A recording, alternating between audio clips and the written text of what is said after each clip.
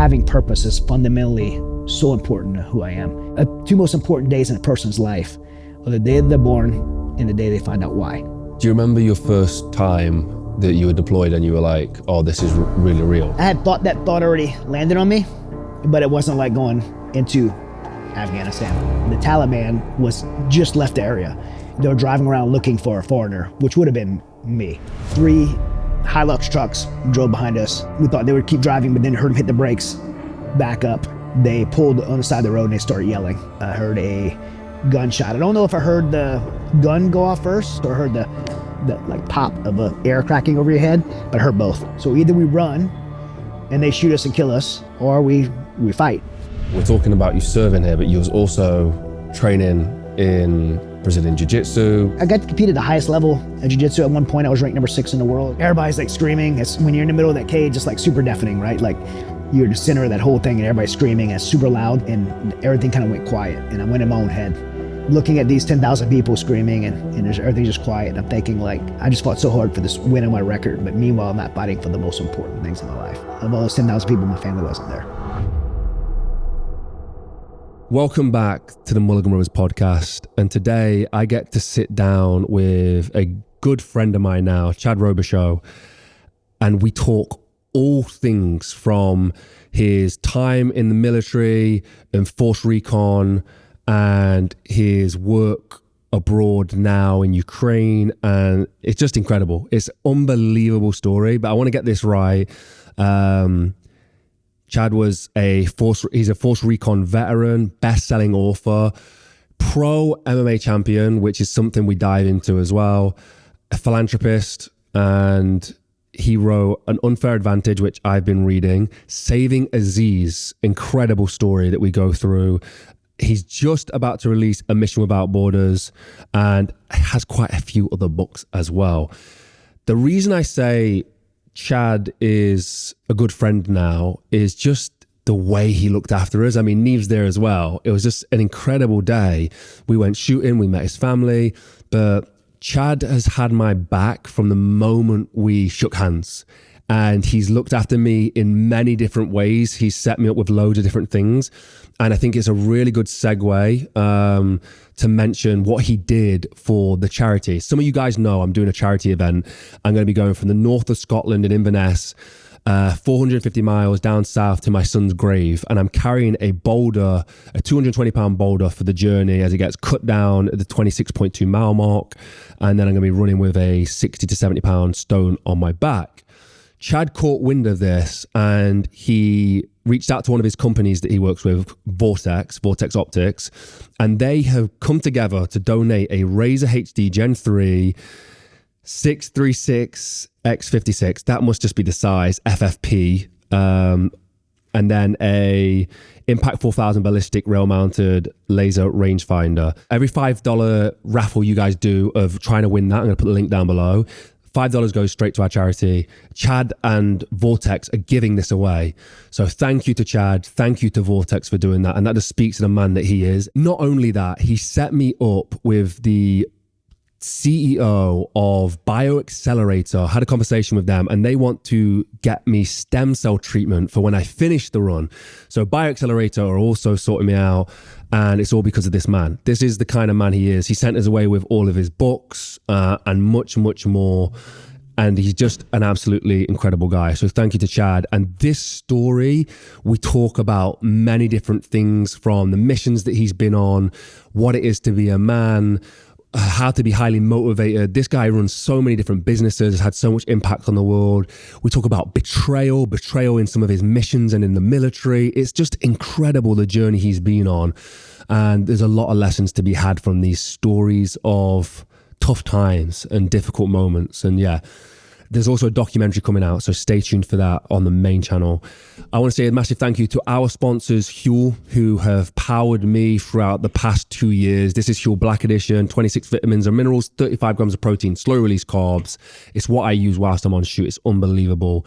There is a link down below where you can get exclusive offers. So I urge you, if you're thinking about buying Huel, use that link, available in the UK and the US and pretty much worldwide at this point. Thank you to Chad for everything. Let's dive into this amazing episode with an absolute legend. Let's dive into it. So just introduce yourself, who you are, what you do. Okay. Well, my name is Chad Robichaux. I'm a former Force Reconnaissance Marine and was a member of a JSOC task force. I did 8 deployments to Afghanistan. Also was a retired professional MMA champion, Brazilian Jiu-Jitsu black belt. I run a couple of nonprofits. I founded the Mighty Oaks Foundation, which helps veterans and first responders. And I do a lot of nonprofit work in the humanitarian space, rescuing people around the world who can't help themselves. Wrote some books. I love public speaking, and I have a podcast and the host of the Resilient Show. And outside of that, personally, I'm a husband, father to 4, 2 sons, 2 daughters, and 3 grandchildren, and 2 in the way. What's impressive is you got through that quite quickly, because there's a lot to get through as well. Yeah. We spoke today, and the amount of stuff you've managed to achieve and still pursue now is pretty incredible, man.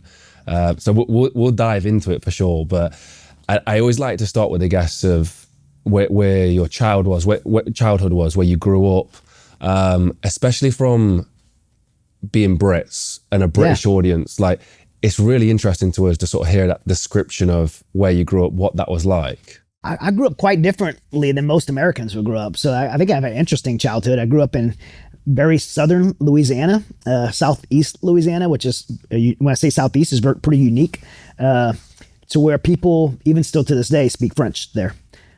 So a lot of people that Arcadians that would have came from France to Canada would have been the poor, blue collar type people that the Canadians didn't want, sent them away. So they, sailed around the eastern side of the United States and landed in southern Louisiana, where no one else wanted to live because of all the, bugs and critters and everything tries to kill you 24/7, and it's hot and humid.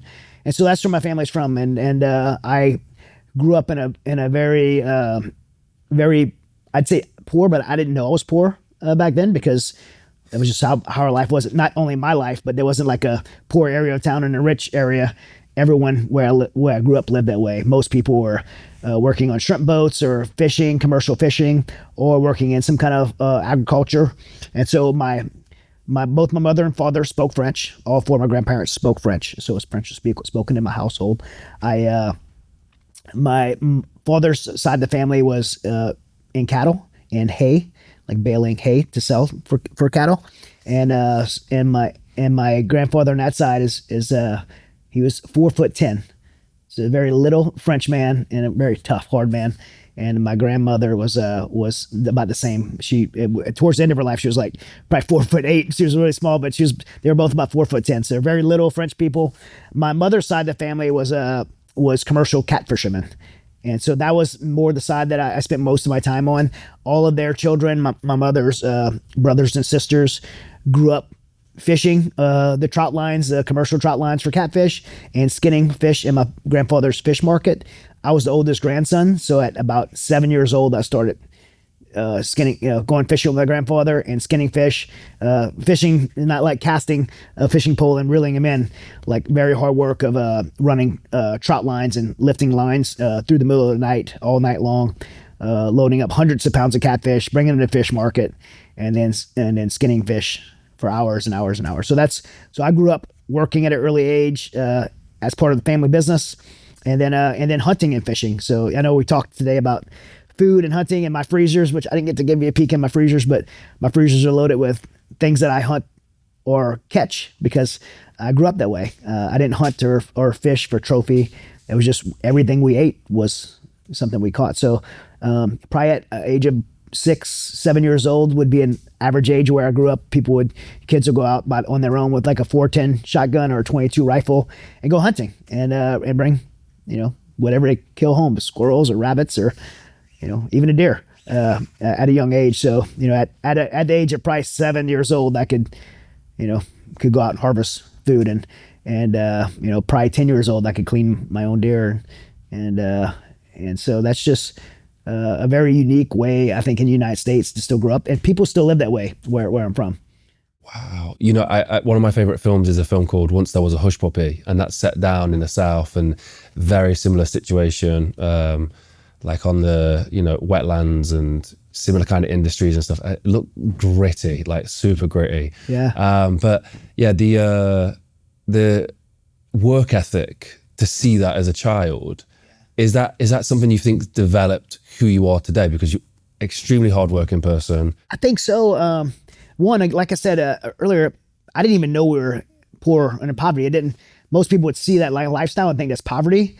To me, it's just, that was our lifestyle. And I'm thankful I grew up the way I loved my childhood, that side of my childhood at least. And, but there was a lot of, everyone worked hard and everyone participated. No one got a pass. Like, everyone participated. My grandfather made sure of it. Like, everybody played their role. And so, yeah, I think I learned a lot of work ethic, and character and hard work, and the value of hard work, at a very young age. And I think it stuck with me through my whole life. I see people, especially right now, my own kids, right? The way I've raised my kids with a very privileged life. I've provided for them very well. And there's times I'm like, I mean, they're hard workers, so I'm not saying they're not, but there's times that I wish, like, man, maybe I gave you too much. Maybe I made it too easy. There's something about a struggle that brings character and a certain level of like discipline and grit that's, I think, required at times in people's lives. And I really feel like I've developed a hard work ethic through watching my grandfather grind and provide and just the necessity of providing. Like, no one's going to do it for you, like where I grew up.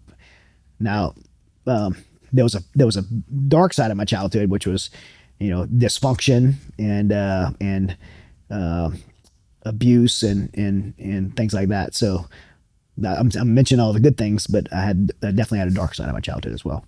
One of the things I talk about quite a lot is that when people face hardships, difficulties, and traumatic experiences, is that you can go the one of two ways. You can become a victim to it, or struggle underneath it. And then for some people, it really opens up a completely different situation where they go the opposite direction. I mean, for you as a child, what you saw, did that have any impact on you later on in life, or is it, was it just affecting you as a kid? No, it has significant impact because my father was, we have 84 years of military service in my family. So I'm told World War I now, but I know for specifically World War II, Korea, Vietnam. My father was the first Marine in our family. He served as an infantryman in Vietnam. And then myself, of course, 8 tours to Afghanistan. One of my sons served in Afghanistan as well. And but when my father came home from Vietnam, if he came home a very broken person. He actually went in the Marine Corps as a broken person. He was 17 years old, driving to high school, goofing off in his car, best friends in the passenger seat, and he hits the back of a garbage truck and kills his best friend on the way to school. So if you follow the history of the draft for Vietnam, if you got drafted, you didn't go in the Marine Corps.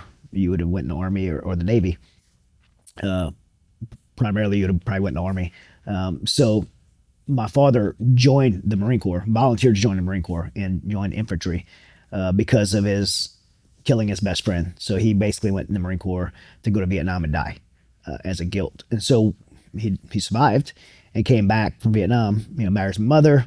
I'm their only son, and very violent man, very angry man, lots of alcohol, women, physically abusive, physically beating my mom, me. And I remember 7 years old, I can remember, him sitting in a porch swing with my mom and watching him leave and divorce my mom. And that, pushed my life into a real bad place because my mother rebounded by being with different men, always bad men, and then marrying a complete worse than my dad, even physically abusive to her, to me, and just not a very good man. And so my childhood was bouncing back and forth between my grandparents, who I loved to be with because I loved going fishing and working with my grandfather, to my mom saying she wanted me for that season, to me going to live with my dad. And it was both sides. All sides were like extreme physical abuse. And then, and so growing up that way, I came to the decision at some point in my life, I don't know when it was, but to decide, am I going to be who my dad was, which you learn, how you learn to be a dad, what you observe, or I'm going to be completely opposite of that. And I was like, if I ever have kids, I will never treat my kids the way I was treated. And so I was completely opposite. I was able to control my emotions, my anger, and not ever be physically abusive to my kids because it was very intentional because of how I grew up. And my childhood ended really early. I was 14 years old. I had a brother who was a year older than me through my father's marriage, and he was shot and killed. And when you're in a dysfunctional home like that, the siblings get really close, and so he and I were very close, and we kind of confided in that physical abuse, and so when he was killed, what I had left of a family broke apart. My mother did not want me to live with her because of my stepdad, and didn't want me there. And my father couldn't deal with his wife grieving the loss of a son, and she moved back with her parents. My father took a job overseas in Africa, and my stepsister, who was about 20 years old at the time, was going to college.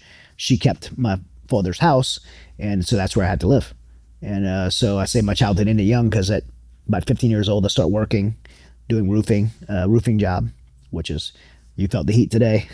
not the South United States is not a great place to put shingles on roofs. It's pretty hard work, and but that's what I did.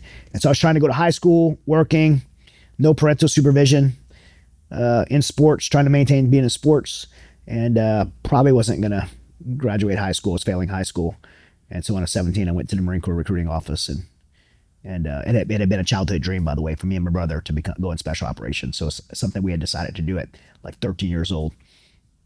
And so I went to the Marine Corps recruiting office and said, hey, I'm not going to graduate high school. This is my childhood dream. This is what I always wanted to do. I want to be a reconnaissance Marine. And that recruiter, I still remember his name today, almost 30 years ago, Staff Sergeant Ronald Brown. Most people remember the recruiters because they hate them. I remember this guy's name because I'm thankful for him. He had a compassion for my situation and helped me get in the Marine Corps with writing letters without even a high school diploma. And that's when I left at 17 years old. The gap between, leaving your family and your mother and your father and being by yourself to get into the Marine Corps, how many years would that have been? 15 to 17. So what was that like? Was there feelings of abandonment? Was you just getting on with it? What was it like? Extreme abandonment. I've dealt with that. I say I dealt with that as a child. I'm 48 years old, and I still deal with that today. Abandonment in a child that happens at childhood is something I think people deal with their whole life. And actually, I really feel like in this last few years, I maybe my life, I really underestimated how much it impacted me in my relationships that I have as an adult. And now I'm getting to a point now through maturity and wisdom and a lot of good counsel that it really affects my relationships today. Because I'm always like, every relationship, I'm on guard to be abandoned, to be betrayed. I always feel like, it's going to end. And so, and any little thing, any little inclination of like someone saying something that's in disagreement with me, lead me to feel a feeling of abandonment, feel unloved, unworthy. And so, it has to go back all the way back to, a kid. When your mom and your dad choose not to be part of your life as a kid, I mean, that's just a deep, deep wound. And, it's any relationship, a boyfriend, girlfriend, a husband, wife, even a child, they might be able to offer that to you, but they're never going to replace that wound. For me, I found it through my faith where I felt like I lacked an earthly father, heavenly father, like really that love that I've gotten from a relationship as a Christian has really helped to mend that wound in me, and not rely on an earthly person that failed me. That's been the only thing that's been helpful, but it's still something I deal with, as an adult, a 48-year-old man to this day. Yeah. Very tough. I mean, it's nice to hear that you're with the faith and having, another father in the picture is helpful. Is there anything else that you've done that you've been working on that's helped? I think being intentional about speaking truth to yourself, because when you're a kid and your mother or father abandons you or leaves you, or you had that kind of deep betrayal, one of the lies that you'll tell yourself is they did that because you're not worthy, right? You're unloved, you're not worthy. And so you'll tend to tell yourself that lie over and over again, like you're unworthy of relationships and love. And that is a lie. I don't know who people listening are or who you are, but everyone's worthy of love. No matter who you are, what you've done in your life, everyone's worthy of love. So you lie to yourself over and over and over again. And just understanding that voice you hear. Personally, I think it's and not to get weird or anything, I think it's a spiritual like influence that you hear this lie being spoken in and whispering in your ear over and over and over again that you're unworthy, and you hear that over and over. But if you can understand that that's a lie, and the truth is you are worthy of love and you are worthy of relationships, and that allows you to open yourself up to being loved and being part of relationships. But we self-sabotage when we tell ourselves that we're not worthy. And I've done a lot of self-sabotaging. And so I've learned that through realizing, man, I've really kept love out of my life. I've kept relationships out of my life because my guard was up so much that this person's going to leave me, so I'm going to leave them first. This person's going to betray me, so I'm not going to let them get close. And you ultimately paying the cost of not having that love in relationships by doing that. Yeah, you can't be hurt if... But you also can't be loved. Yeah, you can't be, exactly, yeah. It's like this shield that goes up that it protects you from being hurt, but yeah, it's not really giving you what you want at all. I see it all the time, to be honest. Yeah. Something true in our lives, amongst a couple of my brothers, myself as well, especially, and that guard is up. That guard's up strong. Yeah. So the Marines, I think, the interesting thing, especially for our audience, is the training process. Going through that. So you sent out these letters. You've been you're working towards something. You don't have a strong education. What's that process like and that moment like? Somehow there's a miracle that happened that I scored really high on what's called the ASVAB, which is the academic test to get in the military. And there's a score on it called the GT score, a general technical score. It's your problem solving ability. And when you're wanting to go into special operations, that score has to be like a 115, which is like the score to become a pilot. So it's a very high score for someone that failed out of high school and didn't have a high school diploma. The fact that I scored 116 on the test, 1 point over to 115, qualified me to go into special operations. Now, back at that time, there wasn't a contract for that with the Marine Corps, so I had to sign an infantry contract. So I signed an infantry contract, went through Marine Corps boot camp, which is 13 weeks long, and unarguably, out of the 4 branches, the Marine Corps boot camp is the longest and most difficult. It's the most disciplined boot camp. I've always been proud of the fact that my dad went to Marine Corps boot camp San Diego. Myself and both my sons went there. And now I get to go speak there. I've been speaking there for 10 years at Marine Corps to all the recruits there. So it's a very special place for me. But after you graduate Marine Corps boot camp, you go to what's called Marine Combat Training, which is 4 weeks. Back in my day, you did that and infantry school. Now I think if you go to infantry school, you don't have to go to that. And then I did 8 weeks of infantry school and tried out for recon while I was there. And I actually passed the indoctrination, but they didn't take me because for some reason they did that indoctrination for all the guys in infantry school, but then they said they didn't want any guys at that junior level. And so even though I passed it, I didn't get picked up to go. I went to 29 Palms, California, which is a Marine Corps base. I chose there. Most Marines never want to end up there because it's the Mojave Desert. It gets 130 degrees in the summertime. It's just a very harsh climate to train as an infantry Marine there. But I chose it because I had this image that the toughest Marines were 29 Palms Marines. And so I went there, ended up going to my unit and then tried out for what's called State Platoon, Surveillance Target Acquisitions Platoon, which is the sniper platoon for the regiment, 7th Marines Regiment. And I got selected for that, went there, spent a few months there, then tried out for recon again and got picked up that time. And so when you go become a recon Marine, there's lots of training in the beginning. The basic reconnaissance course and is where you go to become a recon Marine. And then you go through, over time. Now it's a pipeline. You do everything in a year.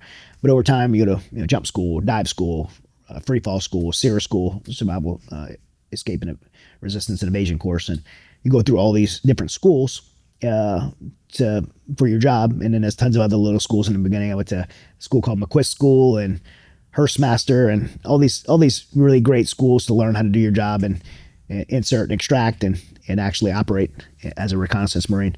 And so I did 4 years as a reconnaissance Marine and at that time, the battalions of the Marine Corps went down the company and they put a platoon in every regiment.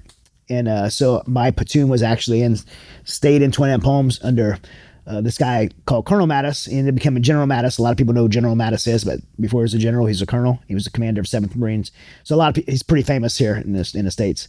But before he was General Mattis, who everybody knows is Mad Dog Mattis, and he was a Secretary of Defense under President Trump. He was the colonel of 7th Marines Regiment, and so we worked directly for him, and that was a really great experience. And I learned a lot as a young, brand new recon Marine in that capacity. And this is 1993 to 1997, and a peacetime military. We did some counter drug operations down on the Mexican border and stuff like that, but there was no war.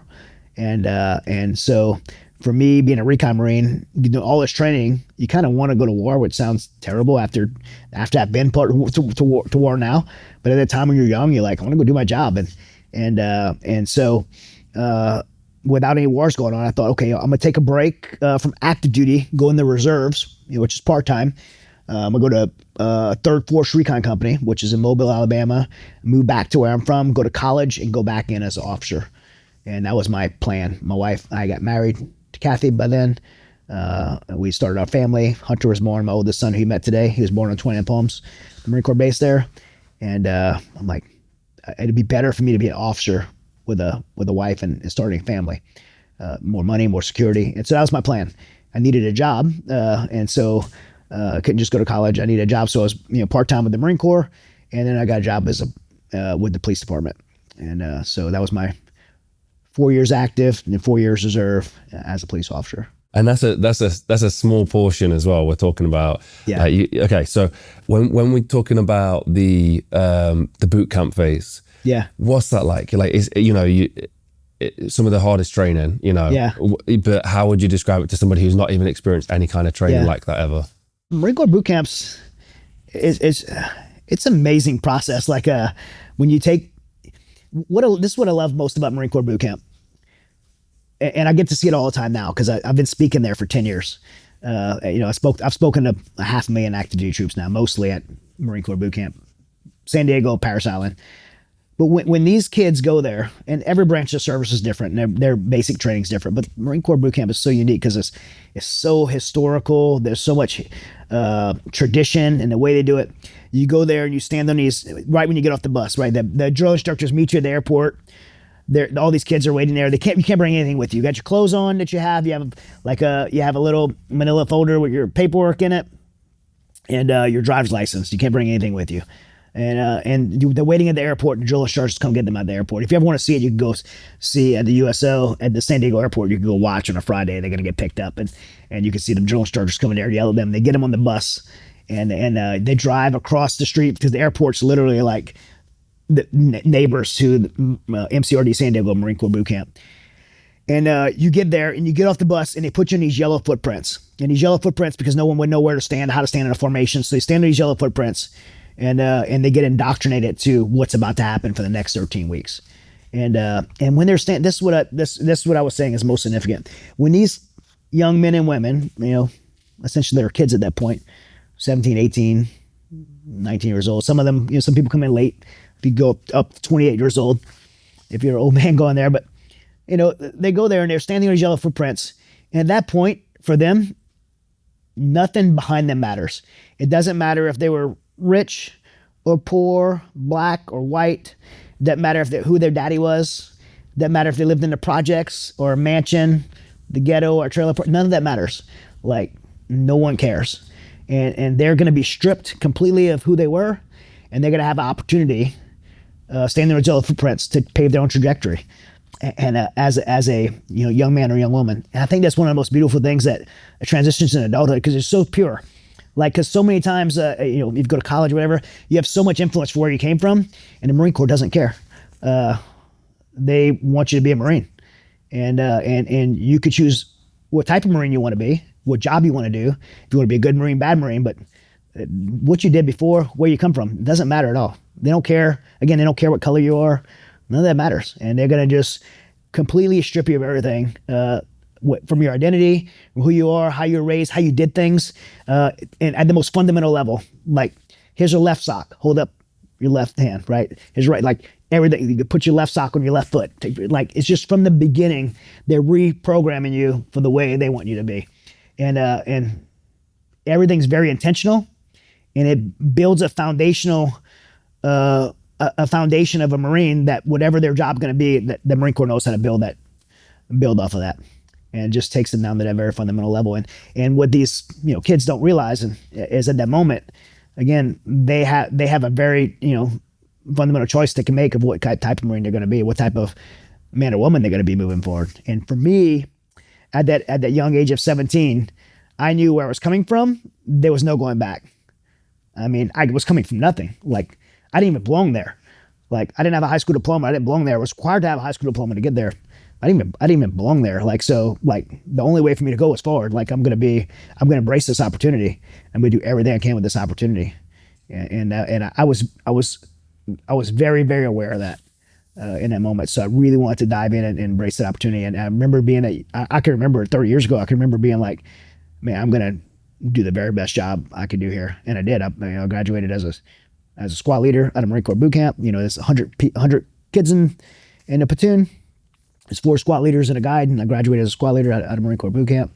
And then I went to, going on all those other schools. I got honor grad out of infantry school and got award meritorious mast out of infantry school.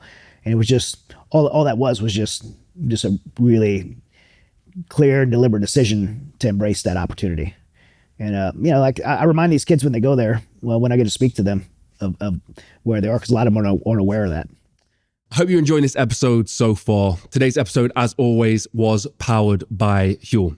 Obviously, I've been using Huel for the past few years, but right now, as we speak, I'm doing the world's heaviest marathon where I do 100 kilos across Scotland, and then I'm going to have a stone cut down into a 30 kilo stone and run that back 450 miles over 10 days. To do that, I need to be fueled with the right nutrition, and that's where Huel has come in clutch. They provided me this and so much more as I consume over 15,000 calories per day running across the country. From the essentials with slow release carbs, and then we have the Black Edition, which I have been using throughout my training and I will be using all the way across the country. In this mix right here, we have 26 vitamins and minerals, slow release carbs, and 40 grams of protein in every shake that I drink to maintain my muscle mass as I burn 15,000 plus calories every single day. This is what I'm going to be using. But don't just take my word for it. There are many other amazing athletes who have been using this product, like one of my favorite, Russ, the hardest geezer, as he ran the entire length of Africa. If you want to find out more about Huel, head to the link in the description where you can get exclusive offers, or pop into your local store. All major retailers stock Huel, and I promise you, once you've tried it, you'll never go back. Let's dive back into the episode. And then you also mentioned Colonel Mattis, like at the time. Was there a specific story or lesson that that you learned from him, or moment that was like really inspiring to you at the time, or had a profound impact on you? He made us read in books, which I had never really read books before then, and now I write books. But I'd read these books as a teenager of these RECON Marines that were in Vietnam, but I never read them cover to cover. As a teenager, I kind of read the parts I liked and didn't read the parts. But there was a book, which you may know as a Brit, called Bravo 20, and that was required reading, and I read it. And it was the first book that I ever had to read cover to cover, and I was just like, I loved that book. I loved the story of Bravo 20 and the SAS soldiers that what they endured in the Gulf War, and I was just blown away by these guys, and I actually ended up reading that book like 3 more times. And just think I'd read a full book and then read it 3 more times after that and then they made a movie of it. And so Colonel Mattis is known for being an adamant reader of information and history. And that really influenced me to become, a consumer of knowledge and books. And I have been since. And that was, forced on us back in those, I was maybe 19 years old when I read that book. And that led to you actually, we spoke about the 180-pound rucks and all that kind of stuff. Yeah. So one of the things he wanted to prove, there was 2 things he wanted to prove. He wanted to prove that our platoon could communicate could communicate from the highest and lowest points of the United States to anywhere in the world with field expedient antennas. And so but he wanted to show us that we could also kind of tout our fitness level. So our platoon did a comm shot from Mount Whitney, which is the highest point in the United States, continental United States. So we set the mountaineering record, our platoons as a group. Even though most people would set it in a 2-man team, we set the mountaineering record as a whole platoon on Mount Whitney, the speed record. And while we were on that summit, we communicated with Alaska, Japan, and Twin End Palms. So we did 3 comm shots, and then we did the same thing in Death Valley. Did the ridge, the summit, not summit, but whatever the kind of rims of the bowl is, and you hike Death Valley. We did it in the summertime. We did that, and then from the bottom, so the highest and lowest point of the United States, we did a comm shot to Alaska, Japan, and Twin End Palms with field expedient antennas, meaning not equipment, something we'd build on site. And so he wanted to show our ability to do that. And then we did another, which you and I talked about. We did a patrol, 100-mile patrol. We inserted on the eastern side of the Colorado River, had to cross the Colorado River and patrol about 70 miles to this water pumping station. And 4 different recon teams, 6-man teams, went parallel for each other about 20 miles apart and had different missions in that town to gather information on this town. And then about 30 miles to extract. And then right when we insert it to do that operation, which, by the way, it's summertime, that area is gets up to 130 degrees. And then he gave our operation order, our op order, to the state platoon, which is the sniper platoon. And so now we had to, hey, by the way, your operations plan's compromised, and the state platoon's going to know your routes. And so you guys have to give what's called a frag order to change your plan and adapt your plan to be able to not get caught, not get compromised. And so burying yourself in the middle of the day and moving over 20 miles a night, in a 5-day movement. And then your rifle's so hot you can't touch it like that. It gets hot in Twin End Palms, and then the rucksacks are almost 200 pounds, 180 pounds, because you got 5-gallon water jugs in your rucksacks. And so it was a crazy challenge, and we did it, and it was pretty cool.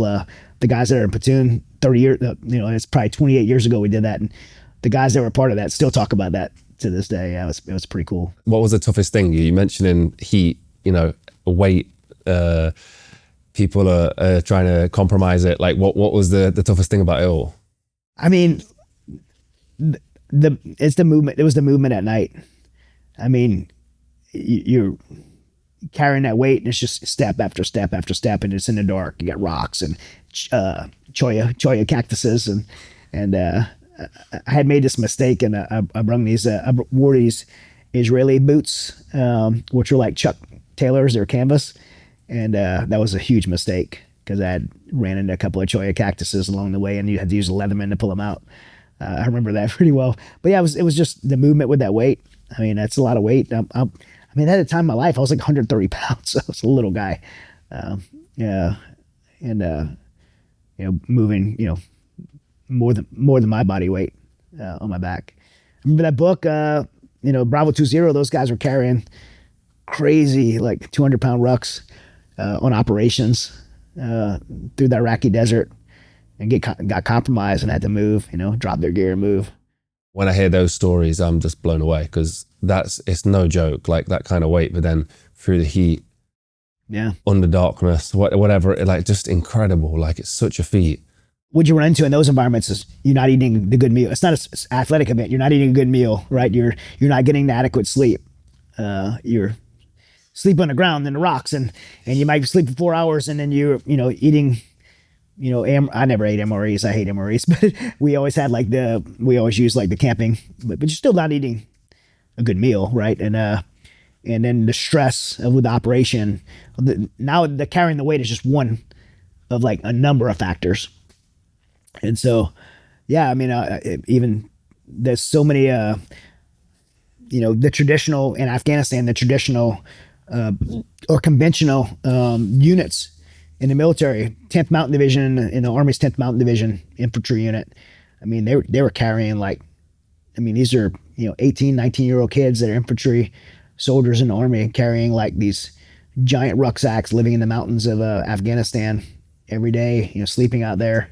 I mean, it's everybody gives the credit to like the special operations guys, but we actually, get the best training and we get the best nutrition and fitness and prepare the best and the best equipment. Sometimes these, like I said, like, 10th Mountain Division in the Army, like those guys, 3rd Battalion, 5th Marines and the Marine Corps, like just these infantry kids out there with the worst equipment, the worst chow, no training, just out there grinding it, carrying this weight and living that way. It's admirable. Yeah, incredible, like absolutely incredible. So then, just a bit of background before we go into this, or I guess explanation. How would you briefly describe a recon Marine? Like, what's the biggest difference? So, there's in the Marine Corps, there's recon and force recon. They're in the same unit. Recon Marine is the entry level, like reconnaissance man who would be about 75% of that unit. The 25% would be there'd be an Alpha Company, Bravo Company, Charlie Company would be your recon Marines, and the Force Recon Company would be the 25% of the guys that have been there around a while, probably established themselves more, and then we'd receive a little bit more training, get a little bit more focused missions. Overall, what the recon mission is for the Marine Corps, it's a special operations mission, but it doesn't fall under Special Operations Command by decision of the Marine Corps. So for years before the Wars on Terror, the Marine Corps was the only branch of service in the United States not to participate in Special Operations Command. They didn't want to. They're like, every Marine Special, we don't want to participate. And they wanted to be able to own the recon asset and not have to share it with the DOD. And so around 2001, that was forced on the Marine Corps to do that. They still chose not to give up recon and stood up another unit called MARSOC, Marine Special Operations Command. That's the Marine Corps' contribution to SOCOM. But the Marine Corps chose to keep recon and force recon assets internal to the Marine Corps. So that's what makes it a little bit special, a little bit different to than the other special operations units, is because it specifically is dedicated to support the Marine Corps. Now, force recon will participate in task force. That'll be part of JSOC or SOCOM, and I actually individually got to participate in a JSOC task force. But overall, that unit is specifically allocated for the use of the Marine Corps, typically at a division level.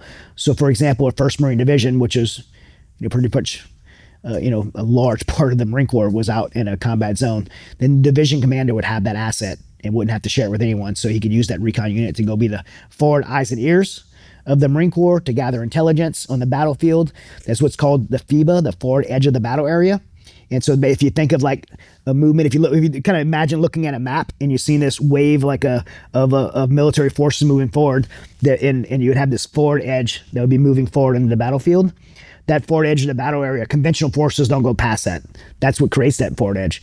So that recon unit would go out ahead of that FEBA for days, weeks, months at a time to gather intelligence, so to pass back to the commander, so the commander can make the decisions he needs to make on where to go, how to go, what enemy troops are there. We're going to be going through this area. Is there rivers there? How do we cross these rivers? Is there obstacles there? Are there routes there? What are the route reports that we need? Where do we land helicopters? Like, is there obstacles on the helicopter landing zones? If you're landing on a beach, if a Marine Corps division is landing on a beach, in that battle, those LCUs are going to come forward off the carriers and to launch Marines on the beach. Somebody has to go there before them and swim in and do all the confirmatory beach reports to know, like, what's the beach landing going to be like? Are there obstacles? Are there mines? Are there soldiers on the beach? And then beyond the beach, beyond the hinterland, because the way the Marine Corps takes a beach is the Amtraks and hovercrafts and LCUs come up and they all launch Marines on the beach. But behind that beach is where the helicopter companies land, and they so as Marines are hitting a beach, now helicopters companies land and they engulf that beach and close on the beach. So somebody has to go ahead and build those helicopter landing zones and where the helicopters are going to land, where the obstacles there. That's recon Marines that go ahead and do all that in little small 6-man teams. And so they have to be able to jump, they have to be able to free fall, they have to be able to dive, they have to be able to do all these kind of reports at an engineer level. And so, highly fit, highly intelligent, young men that just had that grit and capability to go, in harm's way and provide the eyes and ears for the division commander. Do you remember your first time that you were deployed and you were like, oh, this is really real, like where all the training had been done, but the reality of war kind of struck? Yeah, I had done like counter drug operations and stuff like that before, and I had thought that thought already landed on me, but it wasn't like going into Afghanistan. I had a very unique experience going to Afghanistan the first time. When I got there, I didn't fly like with my unit I didn't fly with my unit because of my job as I ended up being an AFO Advanced Force Operator for a JSOC task force. I flew independently, so I flew by myself. There was some SEALs from that was on the aircraft with me, but most of his equipment in Norfolk, got on a C-130, found a spot to climb up, put some gear, slept, and these few SEAL soldiers were going there independently as well to meet up with their unit, and I flew there to meet my command.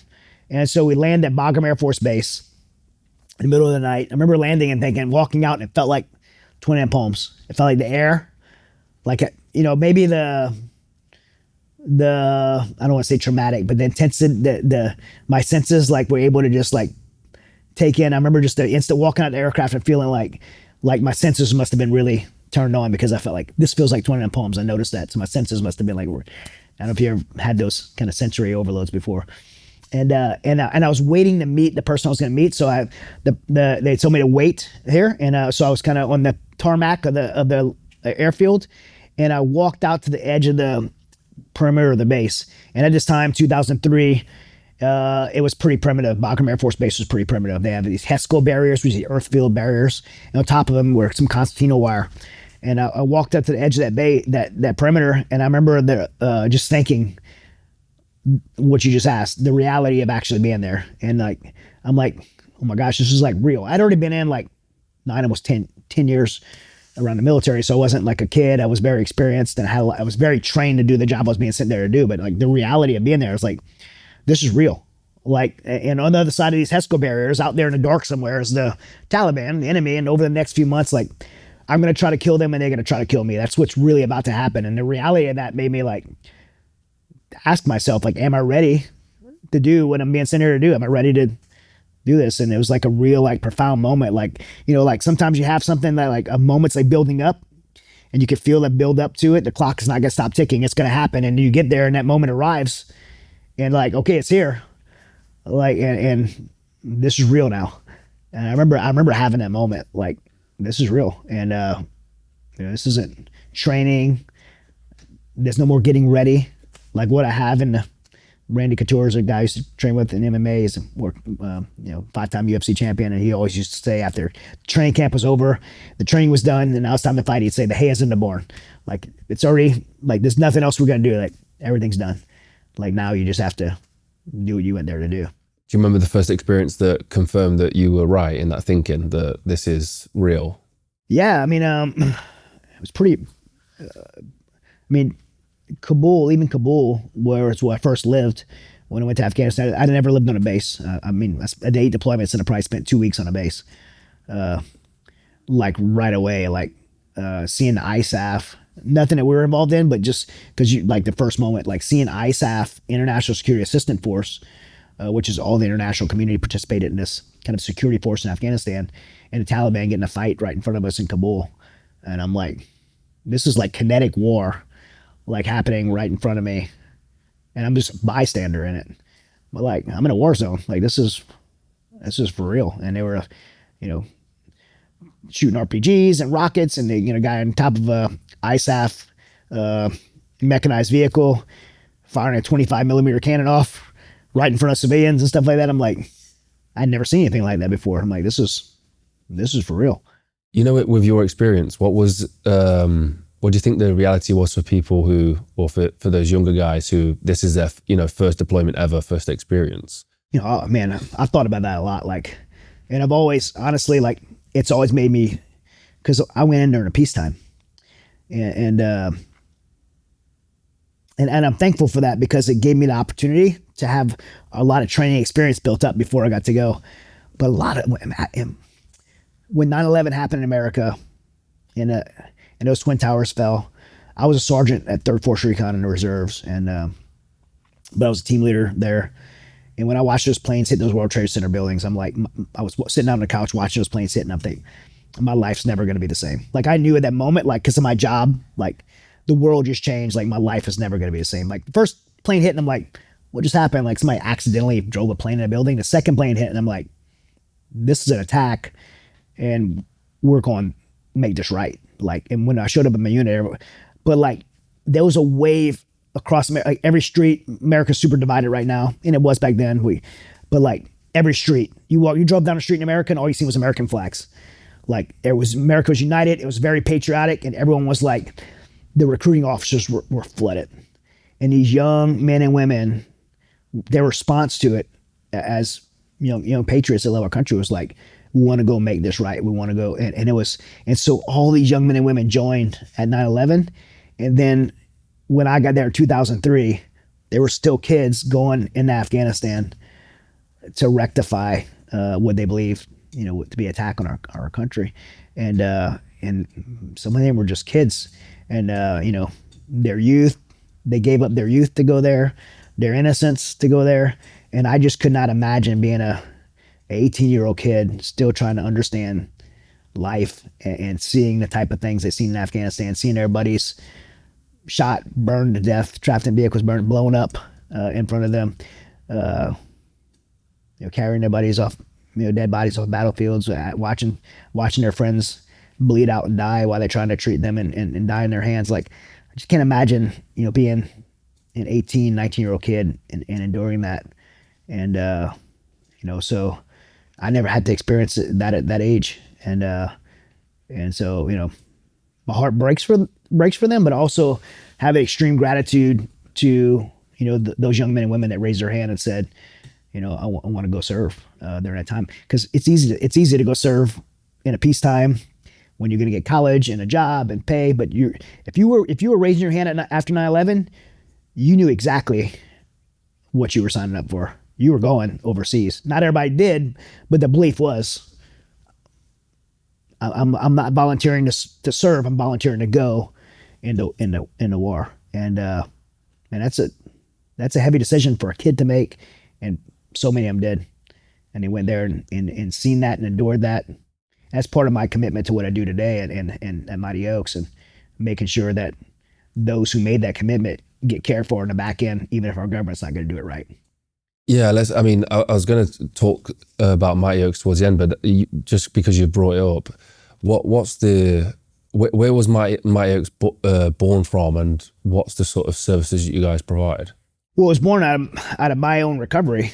I mean, after I know we'll probably trace back and go there, but after my 8 deployments and coming home, dealing with anxiety, depression, diagnosed with PTSD, almost losing my family, a suicide attempt, and almost becoming another veteran suicide statistic, my own recovery led to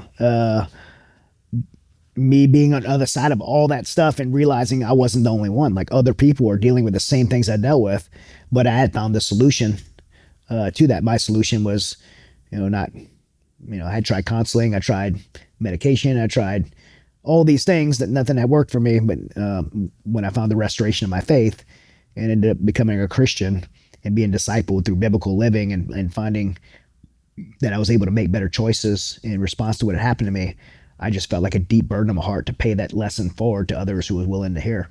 And that is how Mighty Oaks was founded. It wasn't like a big grand scheme to start a nonprofit. It was just like, I had a deep desire to pay it forward. It was like if I was dying of cancer and somebody gave me the cure, like, I couldn't keep that to myself. I had to share it. And so I just felt like burdened to share it. And so Mighty Oaks started out of that, like just this compulsion to like share with others. And that was, 14 years ago now. And, we've served over 500,000 troops, and first responders through those programs over the last 14 years. Yeah, it's unbelievable work. And I'd like to sort of dive back into the progression of how that happened, which is, like we said, it's all intertwined. So we're talking about you serving here, but you was also training in Brazilian Jiu-Jitsu, martial arts, MMA. Like, so the progression into that, how did that happen? And like, where did it start to become to the professional level? You know, to get to that high standard. And what was the thing that brought you in the first place? Well, because so when my mother and father, I was 5 years old. My mother and father started, my father left when I was 7, but when it got really bad in my home, my grandmother, my grandfather was a fisherman, and my grandmother wanted me to be around something positive, so she dropped me off at a martial arts school. She had no idea about anything about martial arts. Like, martial arts is not a thing where I'm like where I'm from. So it's so crazy that of all the places like in the world that you would get in the high level martial arts would be this little town in the middle of like the swamps, Louisiana, that I would land in this phenomenal school. But my grandmother just dropped me off randomly at a martial arts school, and it was a karate school in a Japanese Okinawan karate. But for somehow, I don't remember because I'm 5 years old, I ended up not sticking with the karate and moved into judo and Japanese jiu-jitsu at this school. And so at this young age of 5 years old, I was introduced of the most, unlikely places of Raceland, Louisiana, to judo and traditional Japanese jiu-jitsu. And I'm 48 now, so that was 43 years ago. And outside of military moments that I've never stopped training since. So my whole life has been tied to martial arts as one of the foundational staples of my life. Like I drive, like I said, I'm 48 now. I'll drive to jiu-jitsu, and while I'm driving there, I notice myself excited. So if you have a hobby that you've been doing for 43 years and you're still excited about going to do it, you probably picked a pretty good hobby. Like I love training jiu-jitsu, and the reason I love training is I never stop learning. It's complex and complicated, and my students that are blue belts, I'm a 4th degree black belt. My students that are blue belts, if they beat me like in something, I'm like, oh man, like how did I can't sleep. I got to figure it out. Like I got to problem solve it. And, there's a physical aspect to it, but what I love most about jiu-jitsu is the intellectual aspect of it. It's the human chess game. And you never stop learning. And your belt in jiu-jitsu, like some martial arts, you wear a belt and that's like a status symbol. Your belt in jiu-jitsu, it holds your gi closed. Like in, you have a black belt, but there's a saying that covers about 2 inches of your butt and you got to cover the rest. Like, it doesn't matter what belt you have. You could get beat by the white belt student on the mat. Like you have to carry yourself every day. And so I just love that I have to, constantly progress. I have to constantly learn. It evolves. I'm really good at something and I'm beating everyone with it. Well, they're going to get good at defending it and it won't be good anymore. So now I have to just constantly evolves and adapts. And it's so intellectual. It's the only place in my life. There's really probably 2 places, skydiving and jiu-jitsu, but mostly jiu-jitsu. The only place that I know that I could unplug and be present. And I think you're probably a lot like this, getting to know you a little bit. Like I could go run, and while I'm running, I'll like develop a business plan for a new idea. If I'm swimming, like I'm swimming because I swim a lot. I'm swimming and I'm thinking of all kind of stuff. I'm like writing a book. I'm outlining a book in my mind while I'm swimming. Like I can do all kinds of stuff. But when I'm at jiu-jitsu, my phone goes away. I step on those mats, usually bow on the mats. And as soon as I slap hands and bump knuckles with my partner, my mind is there in that moment, it's present. There's nothing else outside. It doesn't matter if I was like, had an argument with my wife or had a bad day at work. I can't think about it. I have to be thinking about what's happening there in that moment, because if not, my buddy's going to choke me. So like your mind is totally engaged and present. And it's for my life as a kid, having hardship in my home, that was very coping to me. Moving into my commitment to the Marine Corps and being busy in the Marine Corps, it was the one outlet that I could do that was separate from that. And then just all the things I've been through in my life. And right now I'm busy and there's like a lot of stress in what I do. And I love what I do, but there's a lot of stress in it and it's hard. And when I have a bad day at the office, I go to the gym and I find like some 19, 20-year-old stud and I go in there and choke him out. Like I love jiu-jitsu because of that. the mental aspect of it, the chess kind of aspect of it. Yeah. When we were at the gym today, I can't remember his name, the Brazilian guy who was down there. Gucci. So, and he was just everyone was asking him how he did a certain thing, and the intricacy of how he got to that point to be able to, I never knew it was that deep. Right, you're watching grappling and you see two guys Yeah.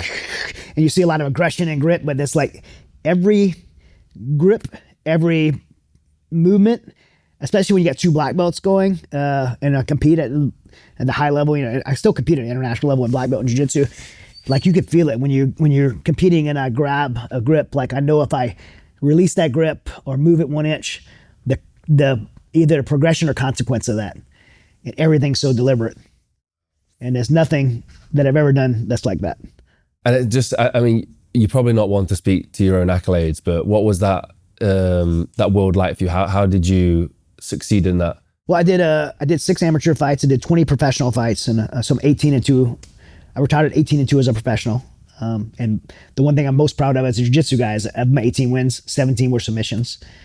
So I submitted those opponents. Only one decision, and then I won a world title through Legacy FC, which is now like the main feeder show for the UFC, and I was the first inaugural champion for them, and then I competed at main event of Bellator against the Bellator champion Zach Makovsky. I competed in Strikeforce, World Series of Fighting, which is now PFL. So I got to compete at the highest level of jiu-jitsu. At one point, I was ranked number 6 in the world as a flyweight, number I think 25 as a bantamweight. And in jiu-jitsu, accolades aren't as high as MMA, but in jiu-jitsu, the black belt level of bronze at the pans. I never medaled at the Worlds, which is still I'd like to medal at Worlds Masters. But I have won gold at American Nationals, so that's my biggest thing. I won was gold. Won the gold medal for American Nationals in Brazilian Jiu-Jitsu. By the way, through the IBJJF, which is the IBJJF is like there's lots of like any sport you got like you got 20 world or probably like 200 different types of world champions in any sport you name, but in Jiu-Jitsu IBJJF is where. So I bronzed at Pans and IBJJF, and I've won the gold in American Nationals at IBJJF, and then I've won IBJJF International Open. I've won a bunch of golds and silvers at black belt. Wow. Yeah. Well, what I'm most proud of it in martial arts though is not my own wins. I have students that have won. I have a student that I started teaching when he was a kid. He won the Ultimate Fighter and the Ultimate Fighter House. I've had tons of UFC fighters, guys that won world championships in Brazilian Jiu-Jitsu. So at this point in my life, I'm probably more happy for my students' accolades, and because it's one thing to go out there as an athlete and win, but when you're coaching people to win, that's pretty fun too. I hope you're enjoying the episode so far. I am going to be doing the world's heaviest marathon. I will carry a 100 kilo stone on my back for 26.2 miles down south to a stonemason. The stonemason's then going to cut that stone down to a 30 kilo stone, where I run that headstone 450 miles down south back to Nottingham. The reason for this is because I want to help raise money for people who have been affected by stillbirth like me and provide them headstones so they don't have to think about the financial burden. It's been one of the most difficult things to train for over the past 6 months. We've had injuries, blood, sweat, tears, mental breakdowns and everything. And along the way, some great friends have picked me up, including Chad Robichaux and also Vortex Optics. When they heard about my goal that I wanted to do this and I wanted to help people affected by stillbirth, they contacted me and said that they want to help out by donating their Vortex Optics, some of the most premium optics for your tools. So if you want to find out more about where you can get these optics, go to the link down below. Every $5 donation will get you an entry into the raffle, and all that money goes to the charity. Vortex is one of the most premium companies out there, and I have used them with Chad, and I can vouch for them that they're absolutely unbelievable. And Chad is an absolutely amazing guy as well, so go give him a follow. This mission is going to be one of the most difficult things I will ever do in my life, but it pales in comparison to what other people have to go through when they're grieving through loss and baby loss. So please help support this mission with the donate page and also with this giveaway. let's dive back into the episode. Thanks for watching. You've obviously written the book, Saving Aziz. What was the moment like where you met Aziz? Was a story a moment as well in this. I don't know if you smiled a little bit there, so I think you've probably got a nice story about. I just love Aziz, man. Yeah. I love Aziz. He's one of my dearest friends that I'll probably ever have in my life. Wow. He's one of the most special people, like, you know, that I'll probably ever meet. And so, yeah. So that there was a curiosity that you had, that you was kind of shocked or intrigued as to why he was so invested into sort of the American politics, and he takes you to this pool, and there's this. I mean, that's just when I read that, it's a stark reminder of why it was so important to him, why it was so important to what you guys were doing too. Could you tell us about that story? Yeah, I mean, you probably appreciate me saying this, and I'm sure your British audience appreciate me saying this. There's like a certain level of American arrogance that I don't like, where we think we're like the center of the universe, and Americans in general live in this bubble that they don't really understand the impact that American politics have on the world, and I didn't until Aziz. It was a 2004 election. President Bush is going versus John Kerry, and Aziz invites me over for the election results at his house. There's like wall-to-wall people in his house. There's cousins and brothers and sisters. There's all this family there. There's food. It's like a Super Bowl party, and I'm blown away. I'm like, why would they care so much about the American election? I'm almost 30 years old, but this American arrogance in me made me naive to it. Like I didn't understand. Like, why would you guys care about the election? And when George Bush wins and the polls come in, everybody's cheering like their favorite team just won. And I was just blown away. So I had this deep conversation with Aziz, like, I don't get it. And he's like, man, if John Kerry wins the election, America gets pulled out of Afghanistan, the Taliban comes and takes over again, and when we, our women are sexually enslaved again. My daughter don't get to go to school. My son's gonna be forced to be, soldiers. They won't get to be, who they want to be. And then he took me to a couple of sites to show, who the Taliban was and what the Taliban had done to them personally, not from militarily on an international level, just personally. And he took me to this building where, they come in, and all the women that lived in this apartment were like a lot of single women. Taliban would come in and justify their, theology and legalism on them for different things that they would do wrong, and then rape them, So if they did something wrong, now they justify to be raped. And so these women would literally like throw themselves off the roof of this building. And then he took me to the what I called in the book the killing pool.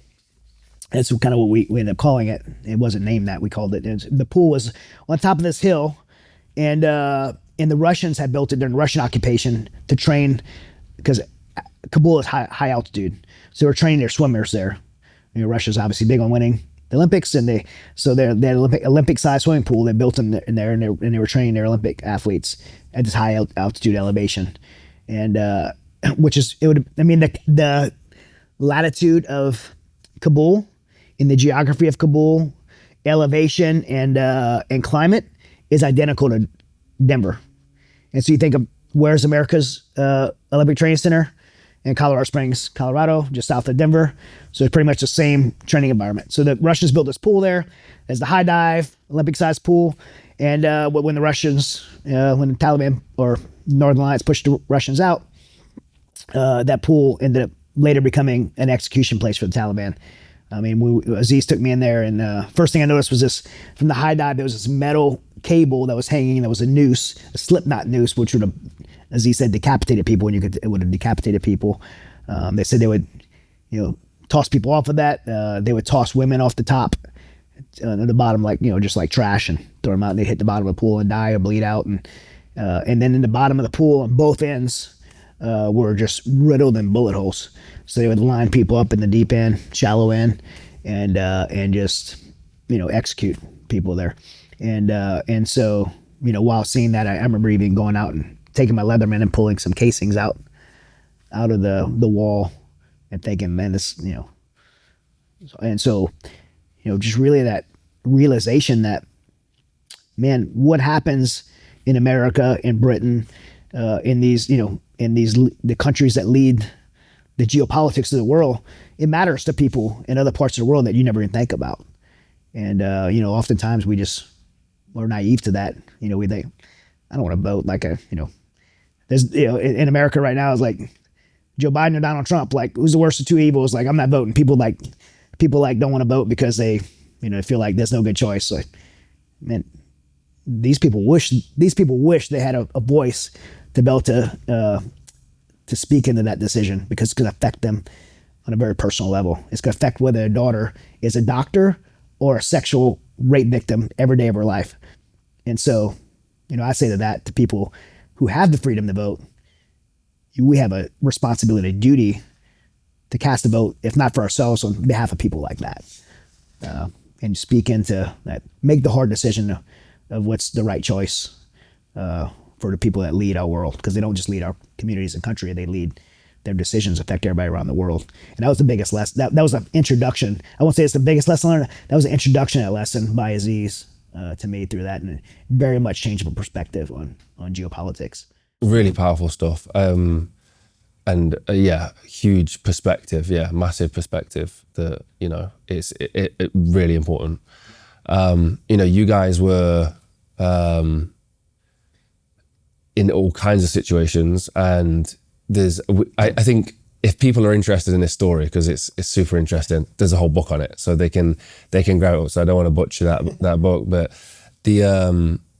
whilst I was at your house as well, you spoke about not being behind enemy lines, and Aziz making slight suggestions to you, and I thought that was super interesting. Just tiny little suggestions like, don't wear this here, maybe don't speak in a certain language or whatever it was, and you felt that in hindsight he'd saved your life multiple times. Yeah, every day.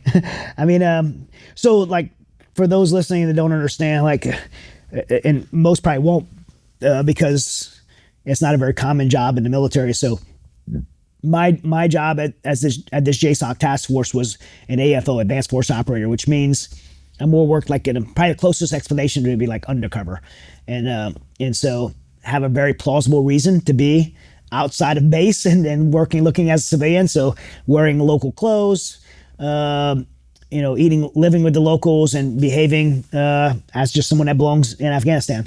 And so as an AFO, my job was to embed with those locals, partner with Aziz, who was not only my interpreter, but my teammate, and then go ahead of my unit to build all the clandestine infrastructure to get my unit on target to capture, kill bad guys. And so I'm working at the premier special operations unit in the world, in my opinion. That's who I'm working for.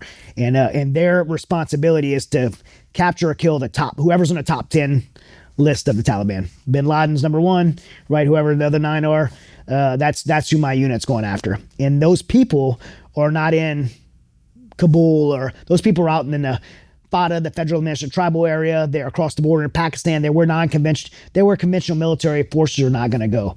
So me and Aziz, and people like me and Aziz, have to go in these areas and build a reason to be there and a clandestine infrastructure to get those assaulters safely on target, to capture or kill those bad guys, and then safely get off a target.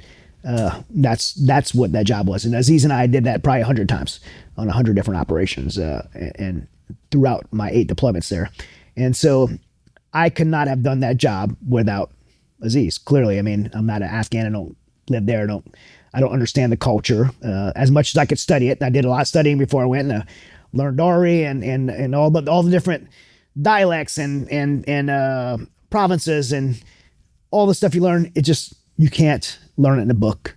It would take a lot. You'd have to grow up there to understand it. So Aziz was very influential. I mean, if I drive through this neighborhood, I need a pakul on. If I drive through this neighborhood, I need a certain scarf, and it needs to be rolled a certain way on my head. If I have this Ahmad Massoud hanging on my rearview mirror here, it's going to get me past certain checkpoints. If I have it in another town, I'm going to get shot.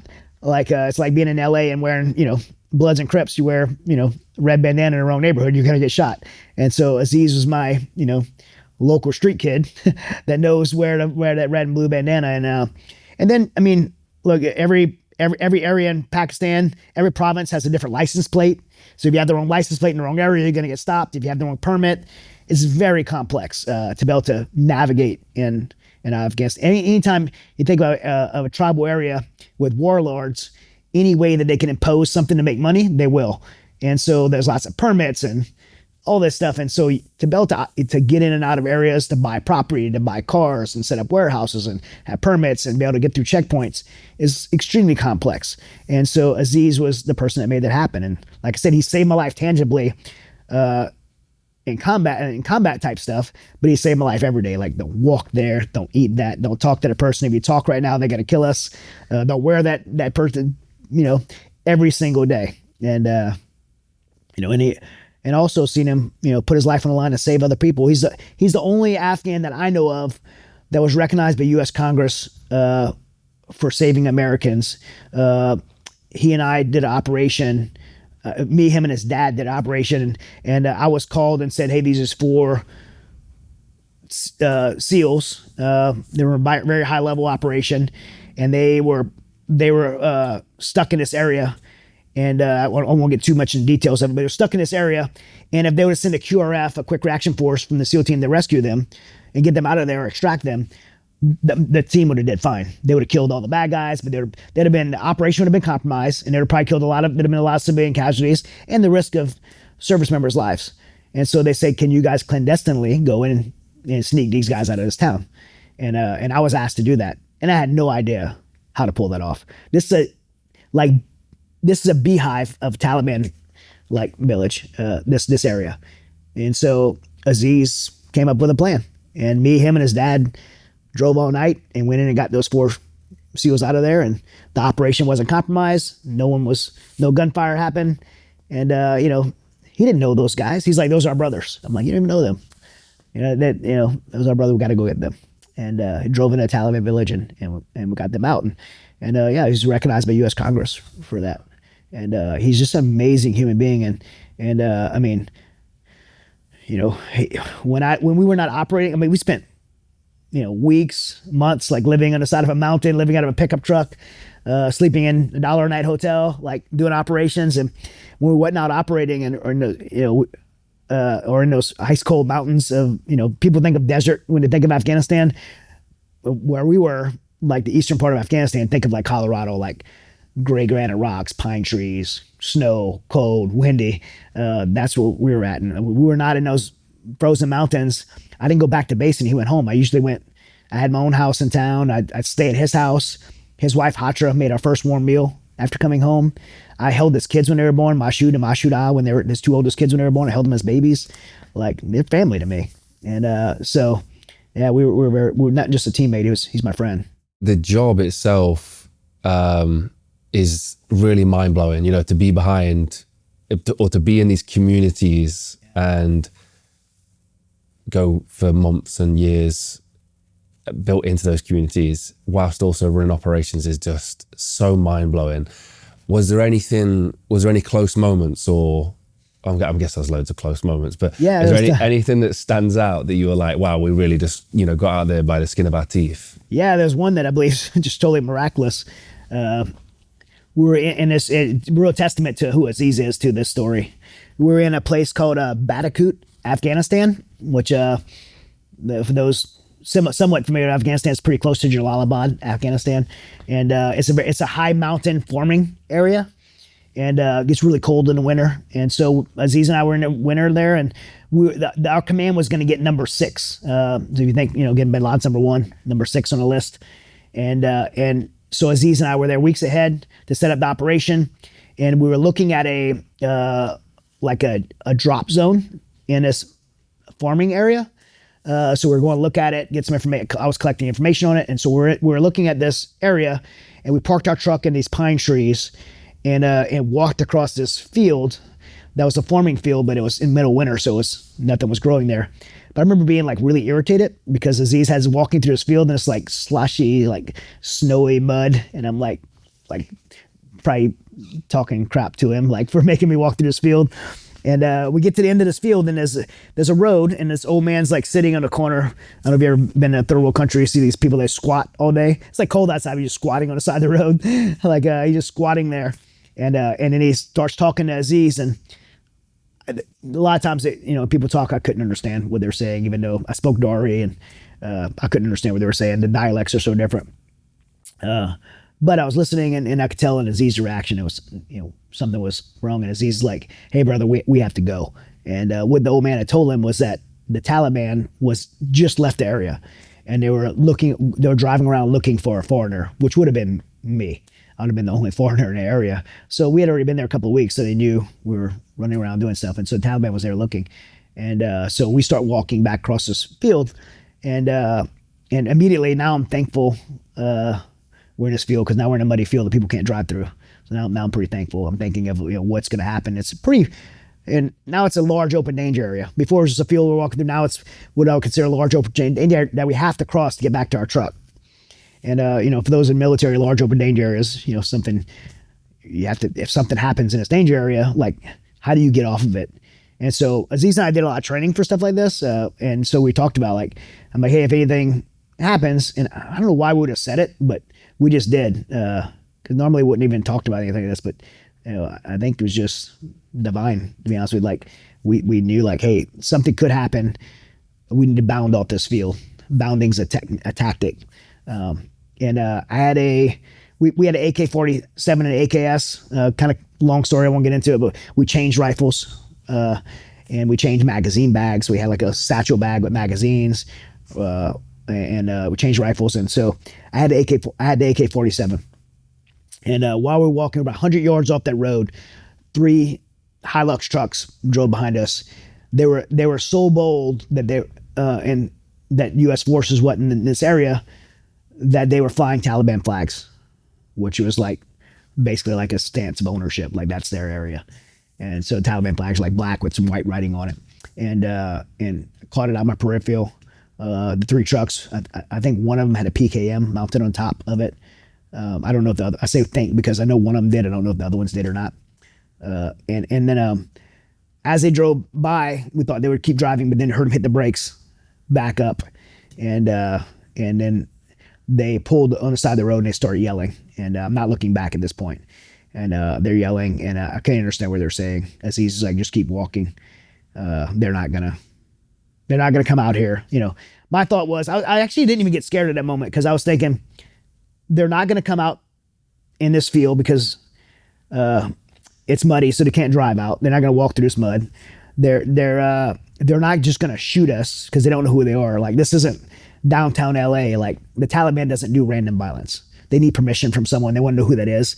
If they shoot somebody, the wrong person, so they're just not going to randomly just shoot someone. And so I'm like, we just ignore them and keep walking. That's what he said, just keep walking. That's kind of how the Taliban works. There's not a lot of random, non-intentional violence or something they don't have permission for. So I'm like, they don't know who we are. We're just going to keep walking. So we're walking, and then I heard the word Bosch, which means stop. I knew that word. And we just kept walking, and then I heard a gunshot. I don't know if I heard the gun go off first. I always think about this. I don't know if I heard the gun go off first or I heard the pop of a air cracking over your head, but I heard both. And when I heard that gunshot go, I remember thinking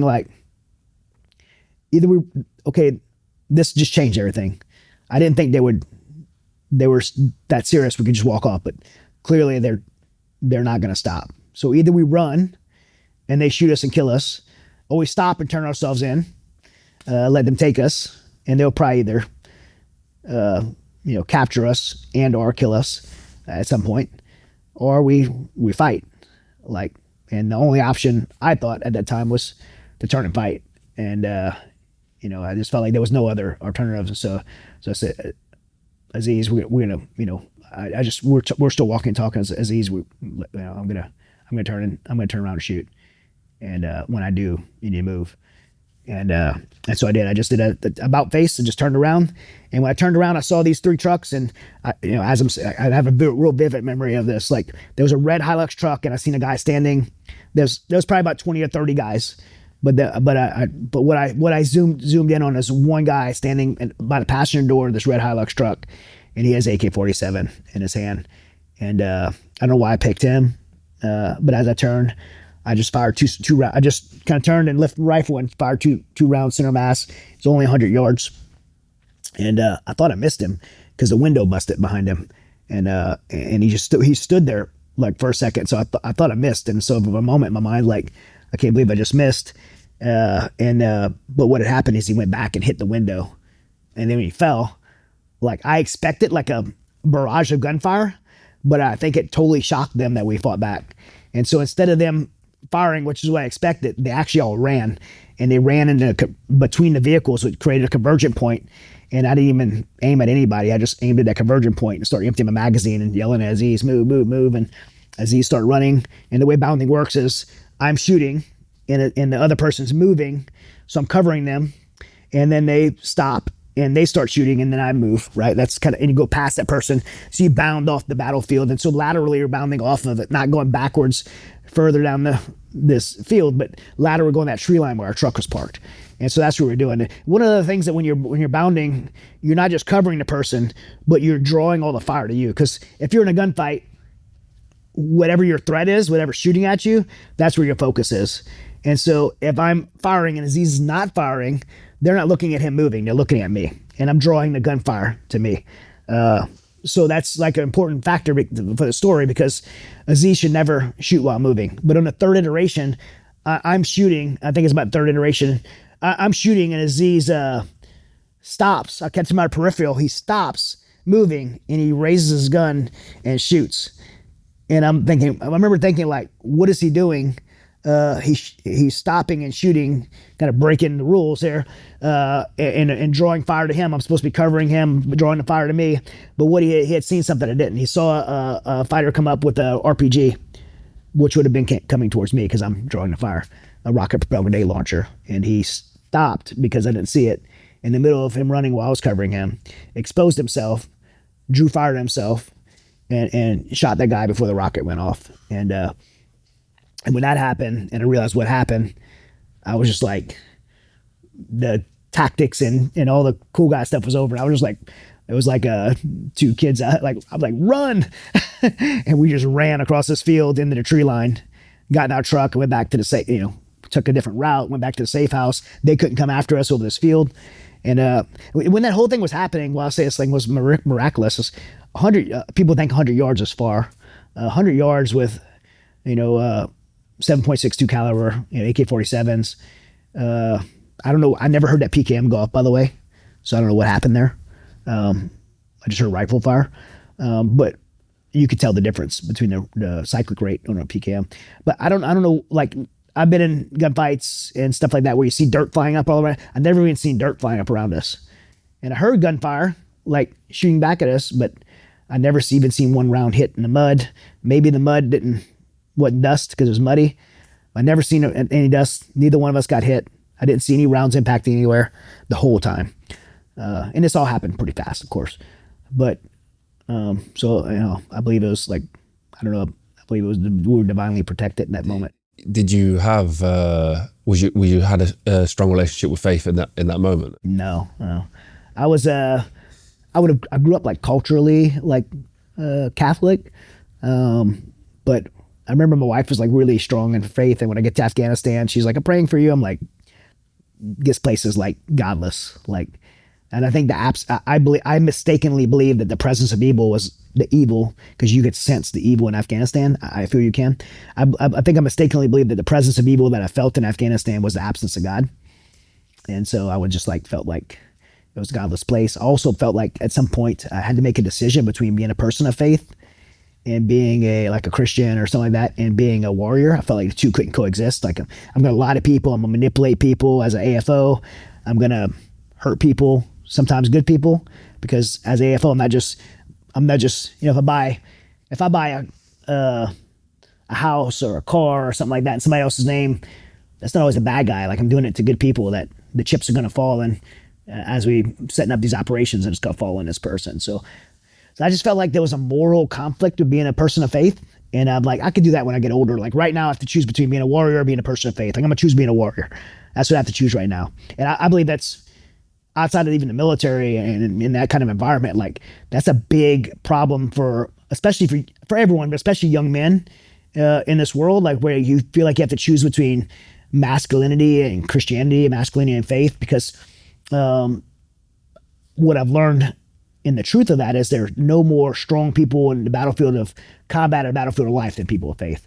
But people of faith tend to have this, be people of a strong moral character, they're able to make hard decisions, they're able to be resilient and steady in the hardest environments. And I believe I made a deliberate choice to put faith out of my life for the sake of being this warrior, and it was a massive mistake because it created a giant hole inside of me that I filled with hate and rage and anger and bitterness, and a real darkness took over me because of having a lack of faith in my life. I speak all over the world to military bases, and I speak on resiliency, the topic of resiliency. In fact, my show, the Resilience Show, is based on like these 4 pillars of resiliency that I've spoken over the last 15 years to troops over. And the pillars of resiliency are mind, body, spirit, and social, like being mentally tough, having a right perspective, the right mindset, physically, taking care of your health, both nutritionally and physically, socially, surrounding yourself with the right people, and having a strong spiritual foundation.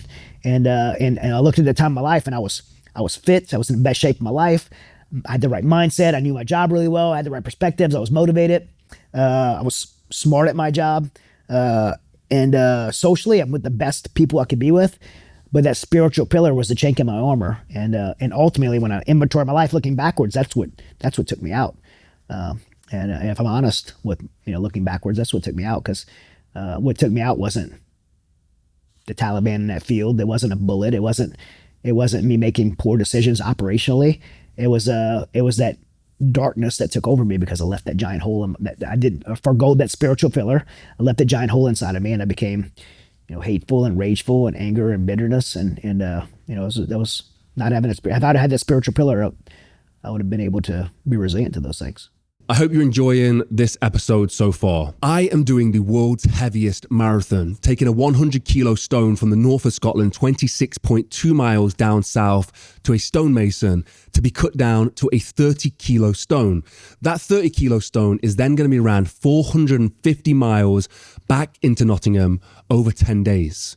To do this, I've had to put my body through immense pressure and stress. The reason I'm doing it is because I have an amazing cause to try and help. Bereaved parents who suffer from stillbirth sometimes are unable to afford headstones, and I want to be able to change that. So that is why I'm doing this run.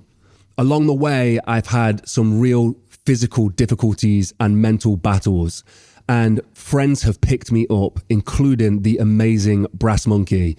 Brass Monkey is the premium ice bath and ice plunge around the world. They are the best of the best. They reached out to me and said they wanted to help on my goal, and they've donated a £24,000 ice bath. It is the top of the line, and I couldn't thank them enough. So what do we do with the ice bath? Well, first of all, it's helped me in training, but second of all, we want to donate it to one of you. So if you want to win the ice bath, which is worth over £24,000 and is the best in the world, all you have to do is donate £5 to the link in my bio at the Brass Monkey giveaway. Every £5 donation gets you an entry into the ice bath, and I promise you, this thing will change your life. I'm so sad to be letting go of the Brass Monkey ice bath. It is the best thing I've ever used for cold therapy. Thank you to Brass Monkey. And if you want to support my journey as I do the world's heaviest marathon and the world's heaviest ultra marathon, follow me on Instagram and join the journey. So, we spoke earlier today about you get to this place where I think you was with Tim Kennedy at the time. You'd both won, and you was going to go celebrate afterwards after winning this fight. Yeah. And you had this like moment where, you'd realized you really had hit rock bottom at that point. Yeah. It came as a result of, so my 8th and last deployment, I came home and I was diagnosed with PTSD. Over that course of that time, you're talking 15 friends. And by the way, just people tallying it up, 12 of those were Afghans. And people might not think, oh, that's not as big of a deal as U.S. service members. These Afghans that died, like, I ate in their homes. I played soccer with their kids. They were like brothers to me. I loved them and they loved me, and I would have died for them, and they would die for me. In fact, I do believe they did die for me. And so losing those friends, having a compromise on an operation, having a bomb driven in my house, being abducted by a foreign intelligence agency, like all these bad things happen. And I come home from that last deployment, and I'm diagnosed with PTSD. I'm dealing with debilitating panic attacks, anxiety, depression, and I'm totally embarrassed because of what happened to me. So first of all, the panic attacks were, if anybody's ever experienced panic attacks listening before, I don't know what level, but like for me, like I was 1,000% convinced like I was going to die at that moment. When I had a panic attack, like it was like I was drowning in a swimming pool, and the intense panic you would have from drowning to death, like how overwhelming and distressful drowning to death would be. Like, but that level of panic, imagine that level of panic, but you never drown, you never die. You stay at that level all the time. And so I believed that was going to die. My blood pressure would get like 200 over 130, and they'd have to give me like a sedative to calm me down, so it wouldn't stroke out. Like that was the level I was at. So I was dealing with that level of panic. And on top of that, I was completely embarrassed because, I worked my whole life to be there, Marine Corps, and then go to the infantry, and then recon, and then force recon, and then on this JSOC task force, and get picked to do this premier like operation as a AFO. Like, it was like if I played this football and made it, from a kid to high school, and then the Division I in college, and then the NFL and the Super Bowl, which would never happen because I'm 5'4", but you get the point, right? I worked my whole life to get to this point, and then I failed. Like I was embarrassed, and so I was dealing with these panic attacks. I was dealing with the shame and embarrassment. My wife and my counselor were trying to find something for me to do, and I was already fighting professionally on the side, so I got on those wrestling mats. And like I said earlier, you can't think of anything else. So I felt like I found a cure. And you heard me speak about it earlier. Like I love jiu-jitsu, and I think it's a really healthy thing for me, and I think it's a healthy thing for people that are trying to cope. But it has to be balance. That can't be the only thing. And I made it the only thing. And so for 3 years, I had this upward trajectory of like rebuilding my ego from that shame, rebuilding this coping mechanism to not have to deal with the panic attacks, anxiety, and depression. And I just put all my energy in that. If you put your energy in anything, and you should be successful. If you're not successful, you should probably do something different, right? But so I put all my energy into that. So I opened the school, had like 1,000 students in my jiu-jitsu school, which means I was making a lot of money and successful. That's a lot of students in my jiu-jitsu school. I'm undefeated as a professional fighter. I'm crushing it as an athlete. But at home, I'm still dealing with anxiety, depression, panic attacks. I start seeking relationships with other women because my marriage like fell apart. I'm a tyrant to and you heard me earlier saying like, I never want to be my dad, but now I'm a tyrant to my wife and kids. I'm throwing things, breaking things, screaming at them like a Marine Corps drill instructor, punching holes in the wall, which is, anybody that knows me, that's not my character at all. Like I'm like, I could be like a violent person, and if I need to be, but I'm like extremely like kind person in general. That's just who I am. And so that was totally out of character. I was behaving that way. And so ended up in a place to where my wife and I separated. My wife filed for divorce. We sold our home. Filed 2 separate 12-month leases on apartments, and about 3 months into that separation, I find myself in. I had signed a contract to fight for Strikeforce.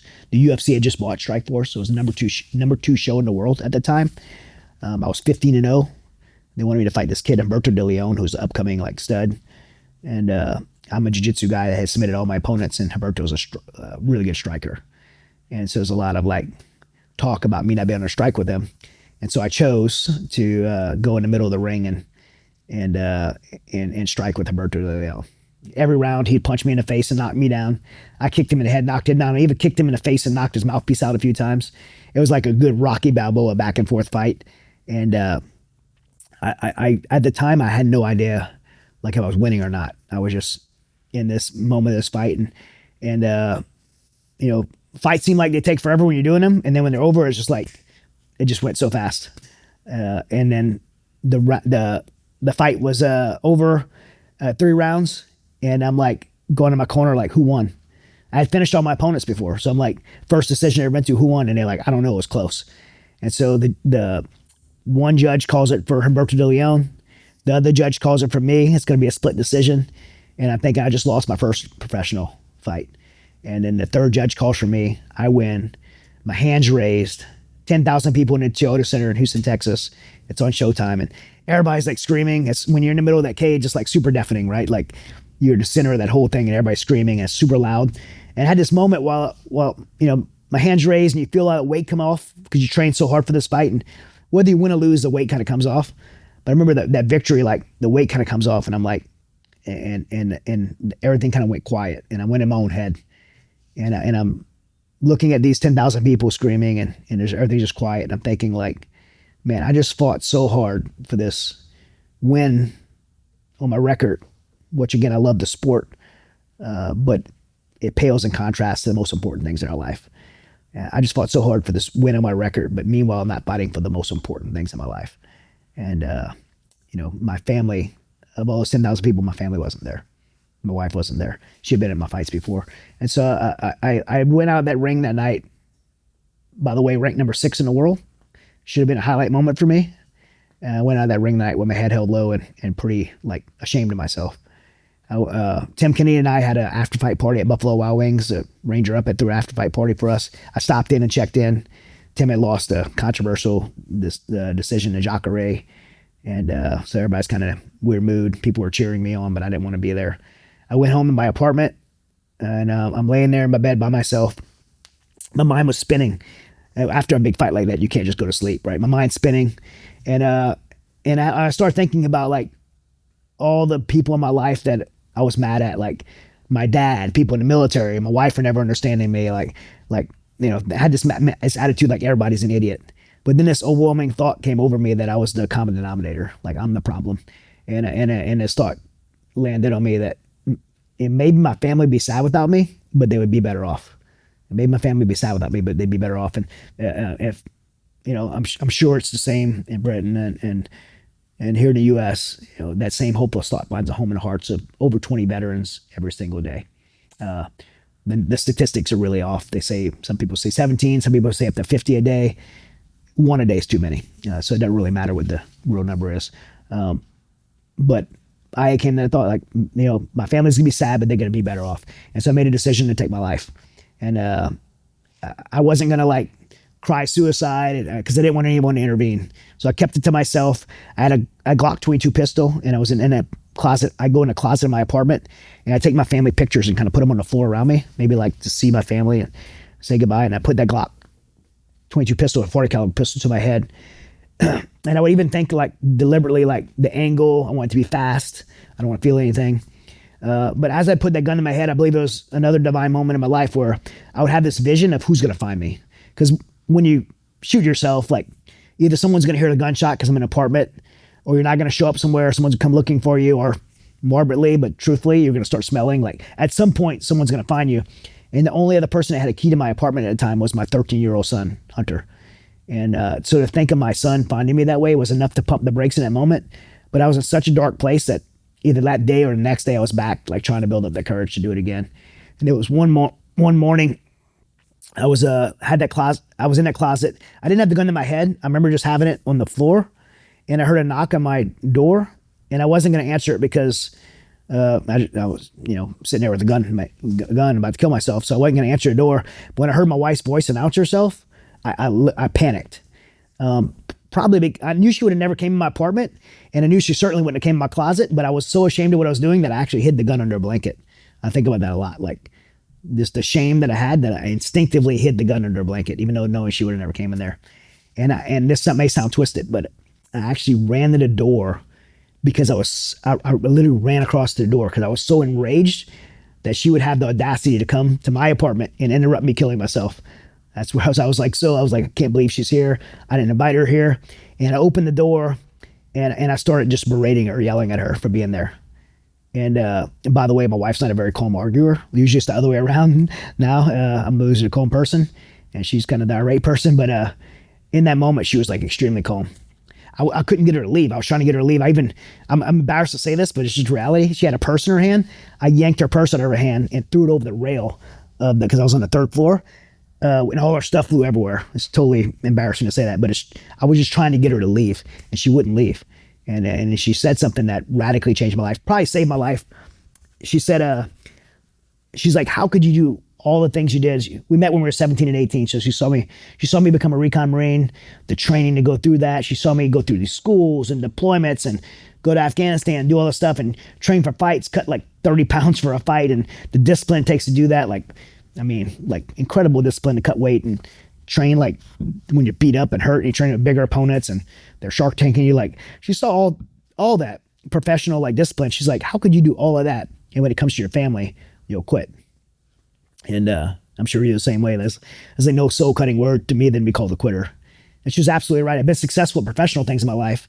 But when it came to the most important things, like being a husband, being a father, being a young 17-year-old kid that stood on those yellow footprints and raised his hand and make a commitment to do something important with his life, I quit all those things, including my will to live. And I'm a pretty radical decision maker. So in that moment, I made a decision to get back in the fight. I didn't know how to pull things back together, but I knew kind of innately, I knew I couldn't do it alone. And I had been trying to do it alone for a long time. I knew I couldn't do it alone, and I knew I couldn't do it with the people I'd surrounded myself by. Because I had systematically, and that's no insult to anybody who was around me in my life at that time, but I had systematically pushed all accountability out of my life. So anytime when somebody would tell me something convicting or hard, now they're at arm distance. I don't want to hear that from them. Like, I'm a black belt in jiu-jitsu, I own this big school. Like, I had this like position that I put myself in that ruled out accountability. And so what I needed in my life at the time was someone that would not tell me the things I wanted to hear, but the things I needed to hear. And I didn't have that. And so my wife while we were separated, had been going to this church. And she said, she would go to this church, not just on Sundays, like every day of the week. And she said she'd be praying for me. And you might think, what I know I thought, like, what would she be praying for me when I'm like cheating on her, being a total degenerate, like not wanting anything to do with her, trying to move on. She said she would go in that church and she'd pray, God, let me see Chad the way you see Chad. Let me love Chad the way you love Chad. And let me forgive Chad the way you forgave Chad. That's what she would pray for me. And people say that she would stand in that church and collapse this wall. I still see it when we go to that church now. She would collapse like in tears and like weakness, praying for me that. And so I didn't care about her church, to be honest with you, at that time, even beyond that decision. I didn't care about God. What I cared about was pulling things back together on more on a pragmatic level, having a work ethic and discipline and grit to pull things back together. Because I was like, she challenged me, she's right, and he pulled things back together.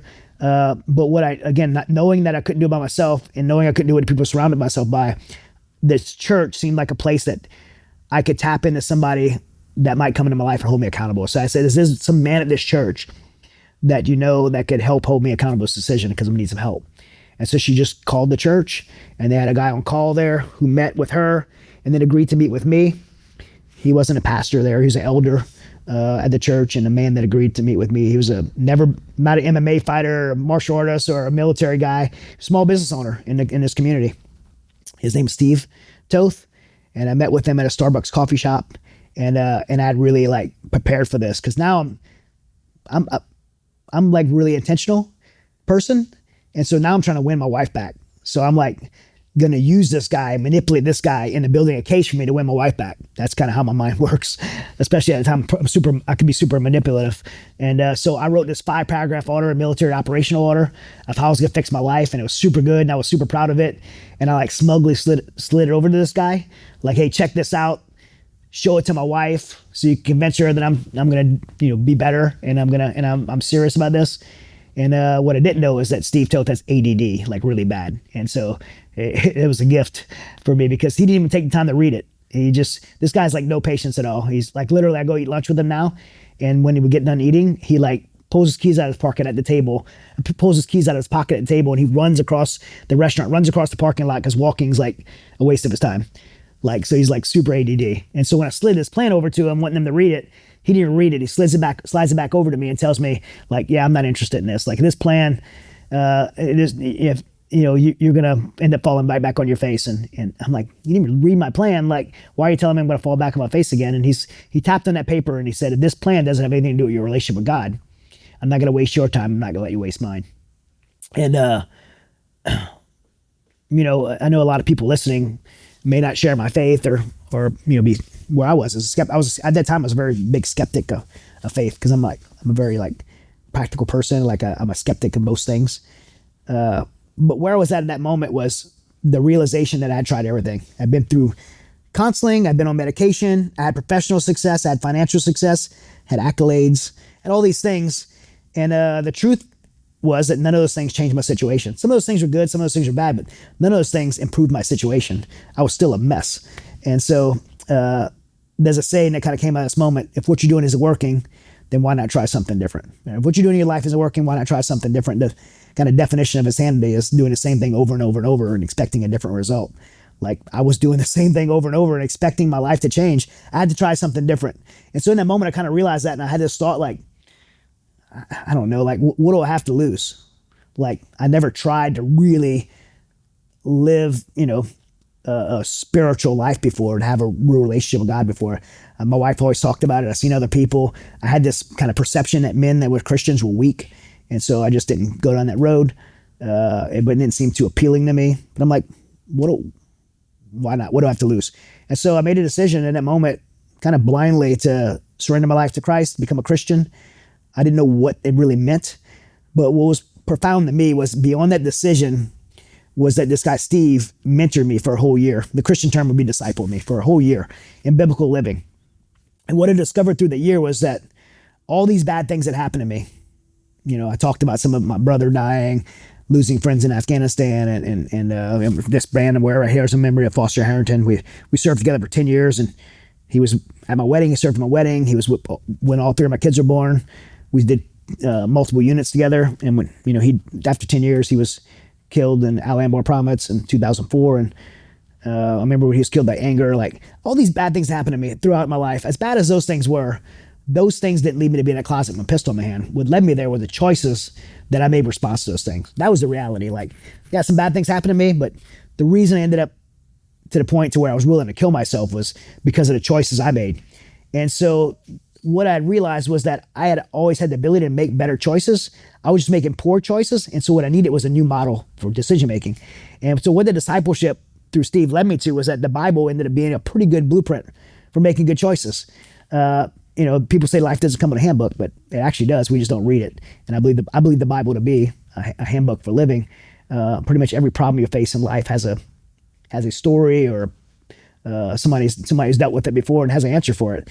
So did I still get anxiety, depression? Did I still get angry? Of course I did. Been through a lot of things. But when I did, instead of reacting the same way I did before, I went to the Bible for making a better choice, and I became very intentional about those choices. And the results of my life ended up being different. And so I just used it as a new model for living and reading the handbook. And I always joke when I say this, when I say the Bible is like a handbook for life, it's like, I don't know if you guys have IKEA. You guys have IKEA or something similar? Yes. Okay, yeah. So, yeah, IKEA has this, my wife will go buy something and bring it home. And now I get this box of parts in the instruction manual, and I never read the instruction manual. And so I put this table together, and at the end of this table, there's like some extra parts and extra screws and an extra piece of wood. And this table is rickety and doesn't work very well. And it's like, I'm like, this thing's a piece of junk. It doesn't work the way it doesn't, but I never read the instructions. And so I'm complaining about the product, but I never read the instructions. That's how life sometimes, we look at our life and we're like, it's a mess. Like, life sucks, but we didn't read the instructions, and that's, it's just an example. So, reading the instructions, and becoming very intentional about it, that's kind of how I live. I found restoration in my own brokenness in my family. I found hope again, probably for the first time in my life. And ultimately, I found what I think we all seek, and probably a big part of why your audience listens to the show. I found purpose.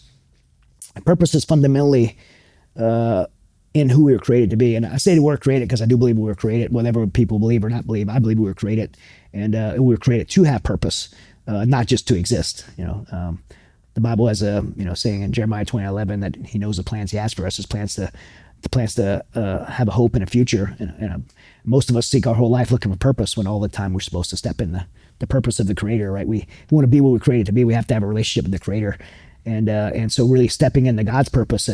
And so for me, like having purpose is fundamentally so important to who I am, and I believe it's so important to who most, probably everyone is. I mean, Mark Twain has one of my favorite quotes. It says the two most important days that a person's born, two most important days in a person's life are the day that they're born and the day they find out why. And so for me, figuring out like the plan that God had for me and stepping into that purpose was the why. It was like I had experienced all these things to be able to share my journey with other people, and I just really had this deep burden on my heart. I'd never wanted to speak before. I never even thought in a million years I'd write a book. I never wanted to run a foundation. My life was really inward. I was wanting to do things that made me feel good, but all of a sudden I had this shift in my life to where like God had put this deep burden on my heart to share the lessons I learned with others. I had this revelation that, man, I struggle with all these things, but other people are too, and I have the answer. Like I have the cure. It was like if I was dying of cancer, and this guy Steve Toth gave me the cure. I couldn't keep it to myself. I had to share it with other people, and so that manifested in the founding of Mighty Oaks Foundation. And again, that was 14 years ago, and half a million people later that we've been able to share that message with and serve. It's been amazing. I get to speak on active duty bases around the world. I get to give out my books. I've given away about 400,000 copies of my books to the troops. We have a recovery program at 5 ranches around the country, and we do it for free. We spend about $8 million a year providing that service for free to active duty military veterans, their spouses, first responders. We even pay for their airfare to go to these programs. And by the way, it's not just available to U.S. troops. Anybody listening in your British audience, like if they want to come, we'll serve them too. We do our allied partners all around the world. We have a international program where we go share what we do at Mighty Oaks and help other nations build what we have at Mighty Oaks in their countries. And we have an advocacy program in D.C. to make sure that all of our veterans and first responders have policy in place that allows them to get the care that they deserve, including faith-based care. And so I've been doing that for the last 14 years, and that spawned into other things, our humanitarian missions and working in places like Afghanistan, doing rescues in Afghanistan and in Ukraine and Peru, and we've been all the Philippines. We've been all over the world doing this, and so it's spun.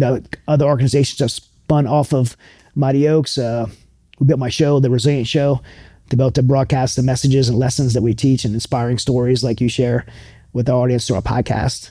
On The Resilient Show, and books and speaking, and it's been incredible. It's been incredible, and I really believe that God allowed me to go through that. I don't think God caused me to go through anything, but those things, by the way. But I believe God allowed me to go through those things in order to be able to share the lessons. And God, I believe that God could have stopped it at any moment, right? If God hung the universe and created me, then, certainly he could have stopped any of those things from happening. So why did he allow them to happen? I believe he allows us to go through things so we can share those lessons with others. I hold the exact same belief. Yeah, definitely. And the purpose that you've had has helped so many people and will continue to help so many people. I think it's really interesting that you also didn't want to share at the start. You kind of like looked beyond it and thought it wasn't the right way, and now here you are. Yeah, it's incredible. It's kind of complex, right? Because a lot of people, I've gotten a lot of heat from my own community. When I went on Sean Ryan's show just recently, a lot of people listen to Sean Ryan's show, so I got some heat from like RECON Marines, like, hey, we're solid professionals, we don't talk about those things. And first of all, I didn't share anything that was a secret. I know the boundaries. I had my last book went to the Pentagon, and they redacted what was redacted, and so I know the boundaries of what I can share. And I don't share those things for personal accolades. I've had those before, and those personal accolades actually were never healthy for me. If I make things about me, it's always ends up bad. So I share the things I share through the platforms that I share them for the sake of pointing to two things. One, as a Christian, I'll point to the things to glorify God for the things he's done in my life. That's just, whether people believe that or not, that's for me, that's what I do. Secondly, I'm going to point to hope for those struggling, and to let people know they're not alone. Like the hard things and the hardships that people will deal with in their life. And most of the time when they're in those hardships, they feel alone. And the truth is they're not. There's other people available to help. We just have to be willing to get that help. And we're never created or meant to do things alone. And you're not alone. There's help. There's hope out there. And there's so many great organizations and people that want to help people in every type of circumstance you can imagine. We just have to be willing to connect with them. And that's why, Mighty Oaks exists for the military and first responder communities. And anybody listening right now, MightyOaksPrograms.org, no strings attached. You need help, reach out. We're going to help. Amazing to have that resources and to be able to offer it to the audience as well. You know, it's hugely appreciative. We've covered a lot, and I think I don't want to saturate it with stories, because I think you offer some amazing lessons. But you've got a new book coming out, and I just think it was really interesting. You know, you spoke about the opening to that book, and also the tough position as a father that you're in with your son there as well. Can you speak a little bit to that story? And I just want to, preface this for people. This is a book that comes out in August 13th. So it's up for pre-sale right now. Sounds incredible. So yeah, just the situation you found yourself in, and especially the situation you find yourself in as a father as well is really interesting to me. So the book called A Mission Without Borders, and it's following kind of continuation from my previous book, Saving Aziz. And I mentioned Aziz earlier, and so during the Afghan withdrawal, I got to share this part to tie into why my son's important. So when the Afghan withdrawal happened, unquestionably, I could not sit back and let my friend Aziz be killed for what he did for me, for everybody listening, because I believe he's part of fighting for freedom. And him and his wife and kids killed. So I made a decision to go back and get Aziz, his wife and 6 kids. That led to me putting a small team of special operations veterans together. It was absolutely a divine orchestration of God to create this miracle that allowed us not only rescue Aziz, his wife and 6 kids, but we rescued 17,000 people.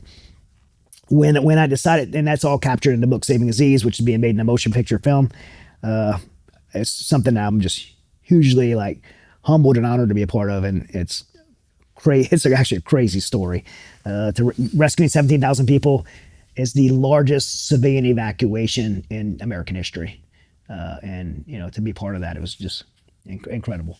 But when that happened, I remember putting the operation together. My son Hunter comes up to me and it says, "Hey, Dad, I want to be part of this." And I'm like, as a father, I'm like, go back to your room, the adults are working. But the truth is, at the time my son said that, he's not only an adult, but he's a United States Marine who has already deployed to Afghanistan himself, and has seen kinetic combat. I mean, he went to Afghanistan as an Anglo Marine, embedded with the country Georgia infantry, as a air controller, and called in ordnance, and shot a VBID, vehicle-borne ID, that tried to hit their convoy. I mean, he's got combat experience, and he's like, hey, I'm Afghanistan veteran too, and I had an interpreter there. This is important to me as well. And so I let Hunter be part of that effort of the rescues in Afghanistan, but I kept him in Abu Dhabi. He went during the last operation we talked about earlier, when Dennis Price and I went into Tajikistan and we swam in Afghanistan every night. He was like, I want to go on that trip. And I'm like, there's no way I'm taking you to Tajikistan and swimming in Afghanistan. I love you. I know you want to be part of this, but you're staying in Abu Dhabi. And he understood, but he's also a very ambitious young man who's very intelligent and has an inclination to do that kind of work. And he wanted to do it. And I benched him. And I don't regret that, by the way. That was not the right operation for him to come on. In February 24th, 2022, Putin crossed the eastern Ukrainian border, moved into Ukraine. When that happened, we already knew it was going to happen. So I had my counterpart, Sea Spray, in Ukraine at that time. And the reason we were engaging there is we knew Americans were still there, and there would be some rescues that needed to happen. So outside of Mighty Oaks, some of my humanitarian efforts that I have stood up is we were in place to be able to get Americans out when the Russians came over. So Sea Spray, hey, it's happening. I'm on the ground. The Russians coming over. Rockets are coming. I deploy to Krakow, Poland.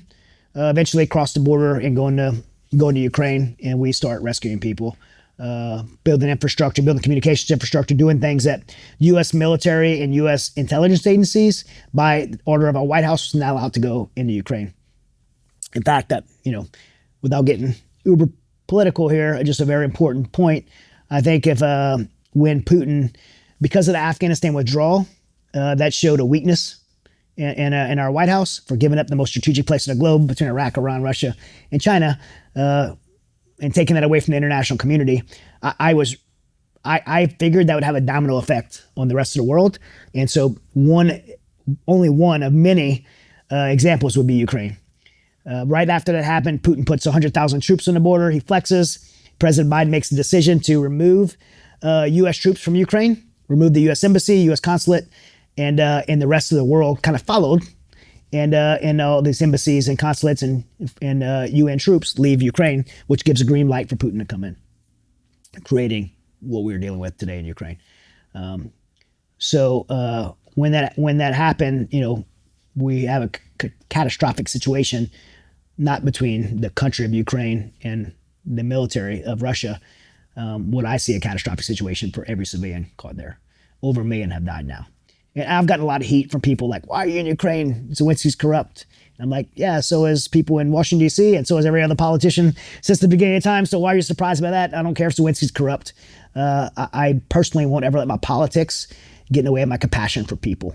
And I think if anybody lets their politics get in the way of compassion for people, they should reevaluate their politics. I don't care about Zelensky. I don't care about Joe Biden when it comes to stuff like this. I do care about who's in our leaders, but I don't care. When it comes to this, I care about people. And these women and children, most of them in eastern Ukraine, they don't care about any of that. They care about their families. They care about their farms. They care about their freedom, their way of life. And they're the ones that are victims of this. And I cared about the Americans there that needed to be evacuated. And so we engaged in that because of those reasons. And early on, a man named Benjamin Hall, some of you people might know, he's the Fox News reporter, was catastrophically wounded when Russia tried to take Kiev, the capital. And when that happened, I remember getting a call. Came in from the Pentagon. We're in our safe house in Krakow. Seaspray gets the call. We're all kind of hanging out, having fun in our house, and you could tell it's a serious call. He picks up the phone. He holds his hand up for everybody to be quiet. He starts writing down notes, and when he puts down the phone, he says, "Okay, there's a Fox News journalist, Benjamin Hall, who was just catastrophically wounded, and his teammates, Pierre Zasinski, I think is how you say his name, Shasha, who's a Ukrainian correspondent. The 2 Ukrainian guards have been killed, and we don't know if anybody else is dead, but that's who we know now. If Benjamin Hall stays in Ukraine, he's going to die. The U.S. military is not going to go get him, nor is our intelligence agency, the CIA, not going to be able to go get him. And so they're asking us if we will get him. And he says he has a wife at home and 2 little girls, and if we don't go, like we in this room don't go, he's going to die. That Ukrainians can't care for him. It's mass casualty at this point. And there was 9 of us in that room. Everyone raised their hand to go. No one knew Benjamin Hall. No one, had any reason to go get him personally. Everyone was willing to go, including my son, Hunter. So as we're loading the vehicles to go, and loading up to go get him, because and by the way, I talk a lot about miracles. I think this was divine as well, because 1 hour, about between 1 and 2 hours before this call came in, we had just put our capability in place to be able to cross the border and go anywhere in Ukraine. We had realized that we were going to Ukraine before, but there was curfews and checkpoints, and we're like, how do you get past these curfews and checkpoints? Well, medical people can go anywhere. So if we have ambulances and ambulance uniforms, like EMT uniforms, and we have you just get paperwork that says you're a thing and you put a stamp on it, now it's good to go. Like, you get anywhere in the country. And so we had worked a couple of, like 2 weeks to do that. And literally 1 to 2 hours before we got this call, we had that in place. I believe that was miraculous. If we didn't have that in place, we wouldn't have been able to go. And so we had the, what we call access and placement, the ability to be able to do it. And so as everybody's loading the vehicle, I seen my son Hunter load his bag in. He's going across the border to get Benjamin Hall. And Seaspray says, hey, Hunter thinks he's going. And I'm like, yeah, I know. He's like, I need somebody to do the Tactical Operations Center. Hunter's the kind of computer guru, the comms guru. And he's the guy that needs to be able to do that. Him and this guy, Sean, and then the solo special operations liaison officer from the CIA, that's the guys that's going to be able to, they're going to stay back and do this on this side and Poland side. And I'm like, if I tell him, he's going to think Dad's stopping him. And Seaspray told him. And the whole time, Hunter's thinking Dad's stop him. And the rescue goes. We rescue Benjamin Hall, get him back. We go, I'll go back. We actually were asked to go get Pierre's body. And I said no because I didn't want to. We thought Kiev was going to fall, and I didn't want to go get a body and put our team at risk. But then Michelle, his wife, came into Poland and said, "I want my husband," and we were like, "Yes, ma'am." And we went, and I actually drove Pierre's body out and back to dignified way to return him to Michelle and his family. But Hunter was like pretty bummed. He's like, "Came here, I'm capable, smart. God's burdening my heart too." And so I had to make a decision. And the whole book's about this. There's a lot of fear as a father, whether you're in a combat or just everyday life. I remember when Hunter got his driver's license, I'm like, at any moment, a police is going to come knock on my door and tell me that my son died in a car accident. This overwhelming fear as parents. And that carries into adulthood. And, from birth to adulthood, you always worry. Your kid gets 102-degree fever, you're like, he's going to die, right? It's just, we just love them so much. We want to care for them. And now to take my son in a war zone is a heavy decision. And I'm thinking, like, what kind of responsible father brings his kid into eastern Ukraine, past the Russian line where bombs are landing and rockets are flying? Like, what kind of responsible father does that? But now I have this son who's like qualified, he's motivated, and he believes God's burdened his heart to go help people. And so I was really caught in this predicament. And so I had to make a decision. And this book is really it's not about so much Ukraine. It's about me coming to the realization that as much as I love my son Hunter, and I do very much, God loves him more. And as much as I want to protect him as a father, God can protect him more. And there's no more safe place for Hunter to be in this world than in the middle of God's will. And that could be, he could die on the couch in his house, or he could die 2 hours past the Russian line in Ukraine. But there's no more safe place for him to be in the world than in the middle of God's will. And if he believes God's burdened his heart to go and help these people, then who am I to get in the way of that? And so that's an easy thing to say, but a very hard thing to reconcile. And so I had to make a decision through this book, and shared through this book is to go take him across the border. So first time I take him across the border, and then fast forward, the prologue of the book starts off where I'm in a Zoom, and rockets are landing. And when I say rockets, understand we're not talking about the Taliban. We're talking about a first world superpower. Rockets the size of telephone poles flying inside apartment buildings.